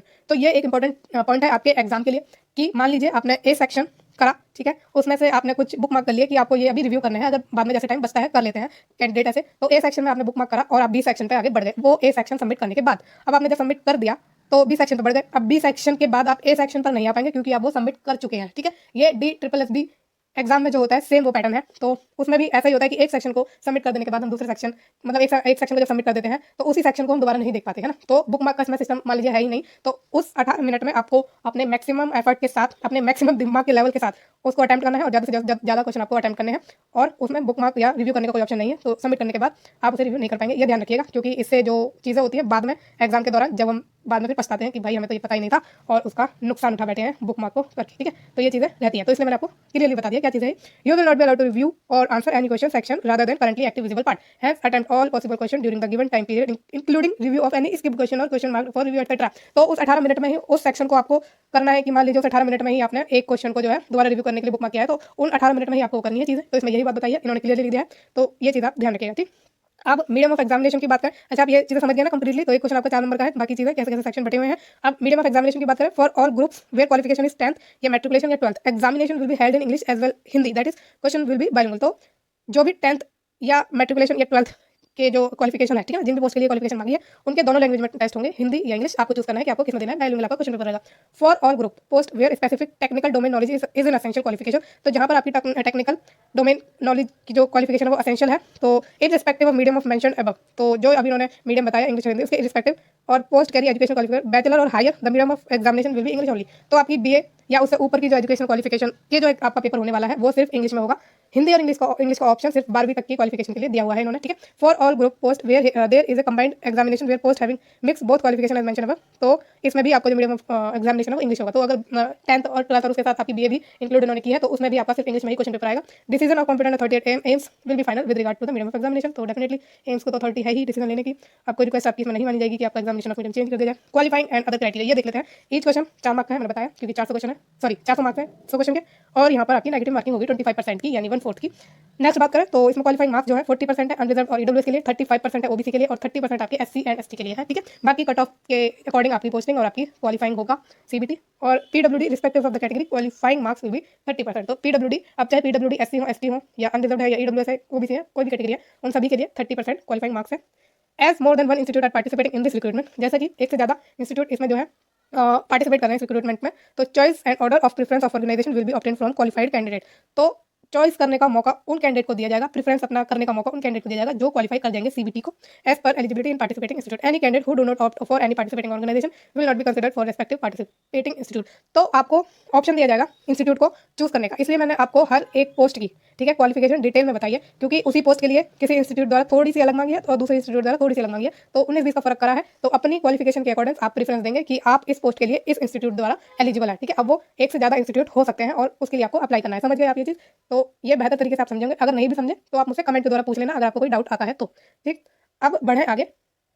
तो अच्छा, मैंने शायद इसमें थोड़ी सी गलती कर दी कि इसमें जो क्वालिफाइड कैंडिडेट लिखा हुआ है, आई थिंक इसमें सीबीटी का तो कुछ मेंशन नहीं किया है, तो हो सकता है कि एजुकेशनल क्वालिफिकेशन क्वालिफाइड कैंडिडेट उनको कह रहे हो ये, ठीक है। तो जब आप फॉर्म भरेंगे ना तो भी आपको प्रेफरेंस का शायद मौका दे देंगे, तो शायद सभी कैंडिडेट इसमें जो है कर सकते हैं। तो जब आप अप्लाई करें तो ध्यान रखिएगा अपनी एजुकेशन क्वालिफिकेशन का और जो पोस्ट निकली है उसके अकॉर्डिंग आपकी क्वालिफिकेशन है और उसमें कितने इंस्टीट्यूट आपको मौका दे रहे हैं वो अटेंड करने का, उसमें फॉर्म भरने का, ठीक है। तो ये चीज़ आप समझिए, बाकी कमेंट के द्वारा आप मुझसे पूछ लेना। अभी रेजोल्यूशन ऑफ टाई केसेस है कि मार्क्स अगर बराबर आते हैं, ये वो चीज़ है, तो इसको हम अभी डिस्कस नहीं करते। ये सिलेबस एंड लैंग्वेज आ चुकी है आपकी, कंप्लीट सिलेबस आपके डोमेन का, ठीक है। असिस्टेंट डाइटिशियन वगैरह ये तो है, इसमें आपको जो सिलेबस आएगा यानी 75 क्वेश्चन जो आएंगे वो वाले ना, उसमें फूड एंड न्यूट्रिशन डाइट के आएंगे और असिस्टेंट, ये सारी चीज़ें आप खुद भी देखिएगा जरूर। क्यों देखेगा? इससे आपको पता चलेगा कि आपको क्या तैयारी करनी है, आपको क्या पढ़ना है, कैसे पढ़ना है, ठीक है। अभी data entry operator grade A, junior administrator assistant low division का यूडीसी, इनके लिए जनरल मैथ एंड इंग्लिश आएगी। फिर assistant engineer civil, junior engineer civil, इसमें सिविल इंजीनियरिंग आएगी और असिस्टेंट इंजीनियर इलेक्ट्रिकल, इसमें इलेक्ट्रिकल इंजीनियर आएगी। फिर assistant engineer AC and R, junior engineer AC and R, इसमें एसी&आर रिलेटेड क्वेश्चन आएंगे। Audiometer technician, speech therapy, junior audiologist technical assistant ENT, इसमें speech and hearing के क्वेश्चन आएंगे। फिर इलेक्ट्रीशियन एंड लाइनमैन या वायरमैन इलेक्ट्रीशियन ट्रेड के क्वेश्चन आएंगे। Manifold technician, gas steward, manifold room attendant, gas mechanic, pump mechanic, इसमें medical gas pipeline system के question आएंगे। ड्राफ्टमैन ग्रेड 30, ड्राफ्टमैन से रिलेटेड क्वेश्चन होंगे।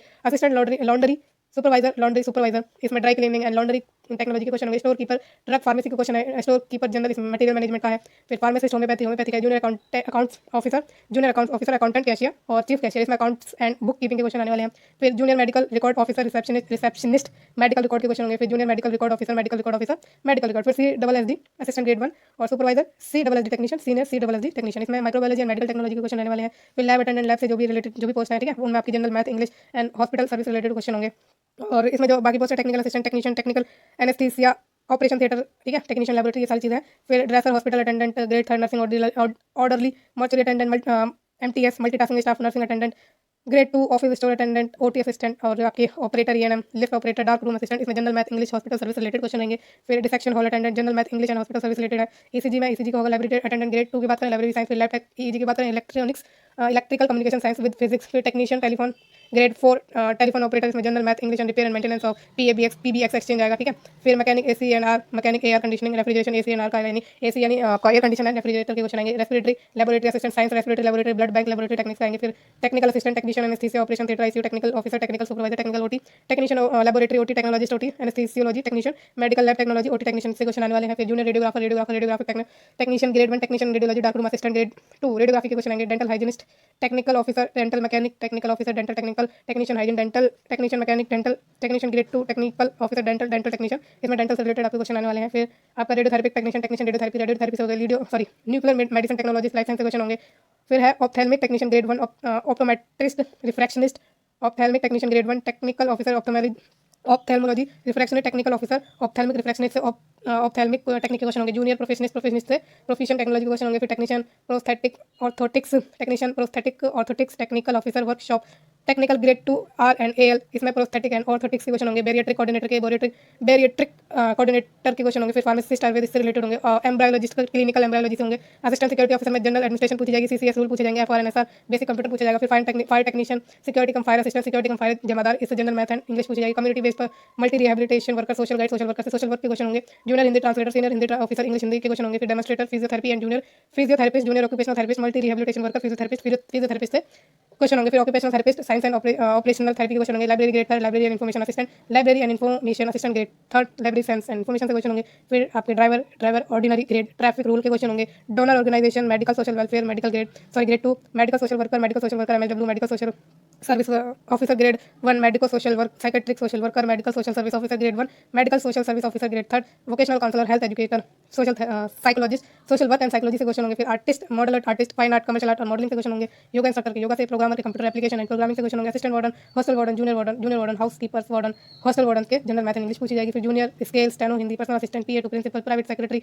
स्टेनोग्राफर ग्रेड थर्ड के जो क्वेश्चन है उसमें जनरल मैथ एंड इंग्लिश पूछी जाएगी। फिर pharma chemist, chemical examiner, pharmacist grade two, dispensing attendant, pharmacist, allopathic pharmacist के जो है फार्मेसी से क्वेश्चन होंगे। फिर AIDS educator cum counsellor, ANM, nursing officer, public health nurse, senior nursing officer grade one, staff nurse grade one, senior nursing officer, TB and chest disease health assistant, multipurpose worker में जो है nursing के question पूछे जाएंगे। Care taker, sanitary inspector grade one, sanitary inspector grade two, sanitation inspector grade two के sanitary inspector course से question पूछे जाएंगे। टेलर ग्रेड थर्ड के ट्रेड रिलेटेड होंगे। प्लम्बर के ट्रेड रिलेटेड क्वेश्चन होंगे। डेप्यूटी जनरल मैनेजर कैफेटेरिया के hotel management and catering technology के क्वेश्चन होंगे। पेंटर के ट्रेड रिलेटेड होंगे। स्टैटिस्टिकल असिस्टेंट के स्टैटिस्टिक्स के क्वेश्चन होंगे। Workshop assistant CWS trade related question होंगे। Assistant store officer, senior store officer, store keeper cum clerk के material management, store keeping and related rules होंगे। फिर mechanic operator compositor trade related question होंगे। Coding clerk, medical record technician, medical record assistant, technical assistant MRD, medical record से question होंगे। Biomedical engineering के question होंगे। Quality controller manager के life science medical testing laboratory के question होंगे। अब इसमें ये आपका सिलेबस है टोटल, ठीक है, हमने देख लिया। इसमें आपका जो है सेकंड स्टेज होगी वो हम देख लेते हैं कि ट्रेड टेस्ट किसमें होगा या स्किल टेस्ट भी होगा, आपको पता ही है। तो इसमें लिखा हुआ है टाइपिंग टेस्ट इसमें होगा आपका, डाटा एंट्री इस वाली थर्ड वाले के लिए, ठीक है। और नेक्स्ट देखें, और अच्छा इसमें हिंदी इंग्लिश भी इन्होंने मीडियम दे रखा है। बाय द वे आपको कोई प्रॉब्लम तो होगी नहीं हिंदी इंग्लिश को लेकर, अगर है भी तब भी आपको देखो झेलना तो पड़ेगा ही, क्योंकि इन्होंने हायर एजुकेशन के लिए इंग्लिश मीडियम ही रखा है, मैंने शुरू में ही आपको बता दिया। अब ट्रेड टेस्ट आपका 26 वाले नंबर के लिए पूछा जाएगा, मैकेनिक ACR ये सब के लिए, ठीक है। और नेक्स्ट बात करें तो PST, यानी आपका ये PST है शायद आपका फिजिकल स्टैंडर्ड टेस्ट है, ये आपका असिस्टेंट सिक्योरिटी ऑफिसर के लिए 39 नंबर के लिए। और PET होगा और आपका PST होगा। तो PET एक बार देख लेते हैं क्या है, मेरे को ध्यान नहीं है PET का। एंड्योरेंस टेस्ट है या PET आपका फिजिकल एफिशिएंसी टेस्ट है आपका। तो ये आपका किस पोस्ट के लिए है, ये है फायर टेक्नीशियन, सिक्योरिटी कम फायर असिस्टेंट और सिक्योरिटी कम फायर जमादार, 40 नंबर के लिए है। और स्किल टेस्ट आपका होगा इसमें ट्रांसलेटर वाले के लिए, है ना। तो ये आपके सीधे हो गए हैं, आपका सिलेबस भी और एग्जाम पैटर्न भी सब कुछ हमने जो चीज़ें कवर कर ली है। अच्छा, इसमें आप वैकेंसीज की रह गई है, ठीक है ना। तो वीडियो देखो लंबा हो चुका है, तो इसके लिए हम दूसरी वीडियो में बात कर लेंगे।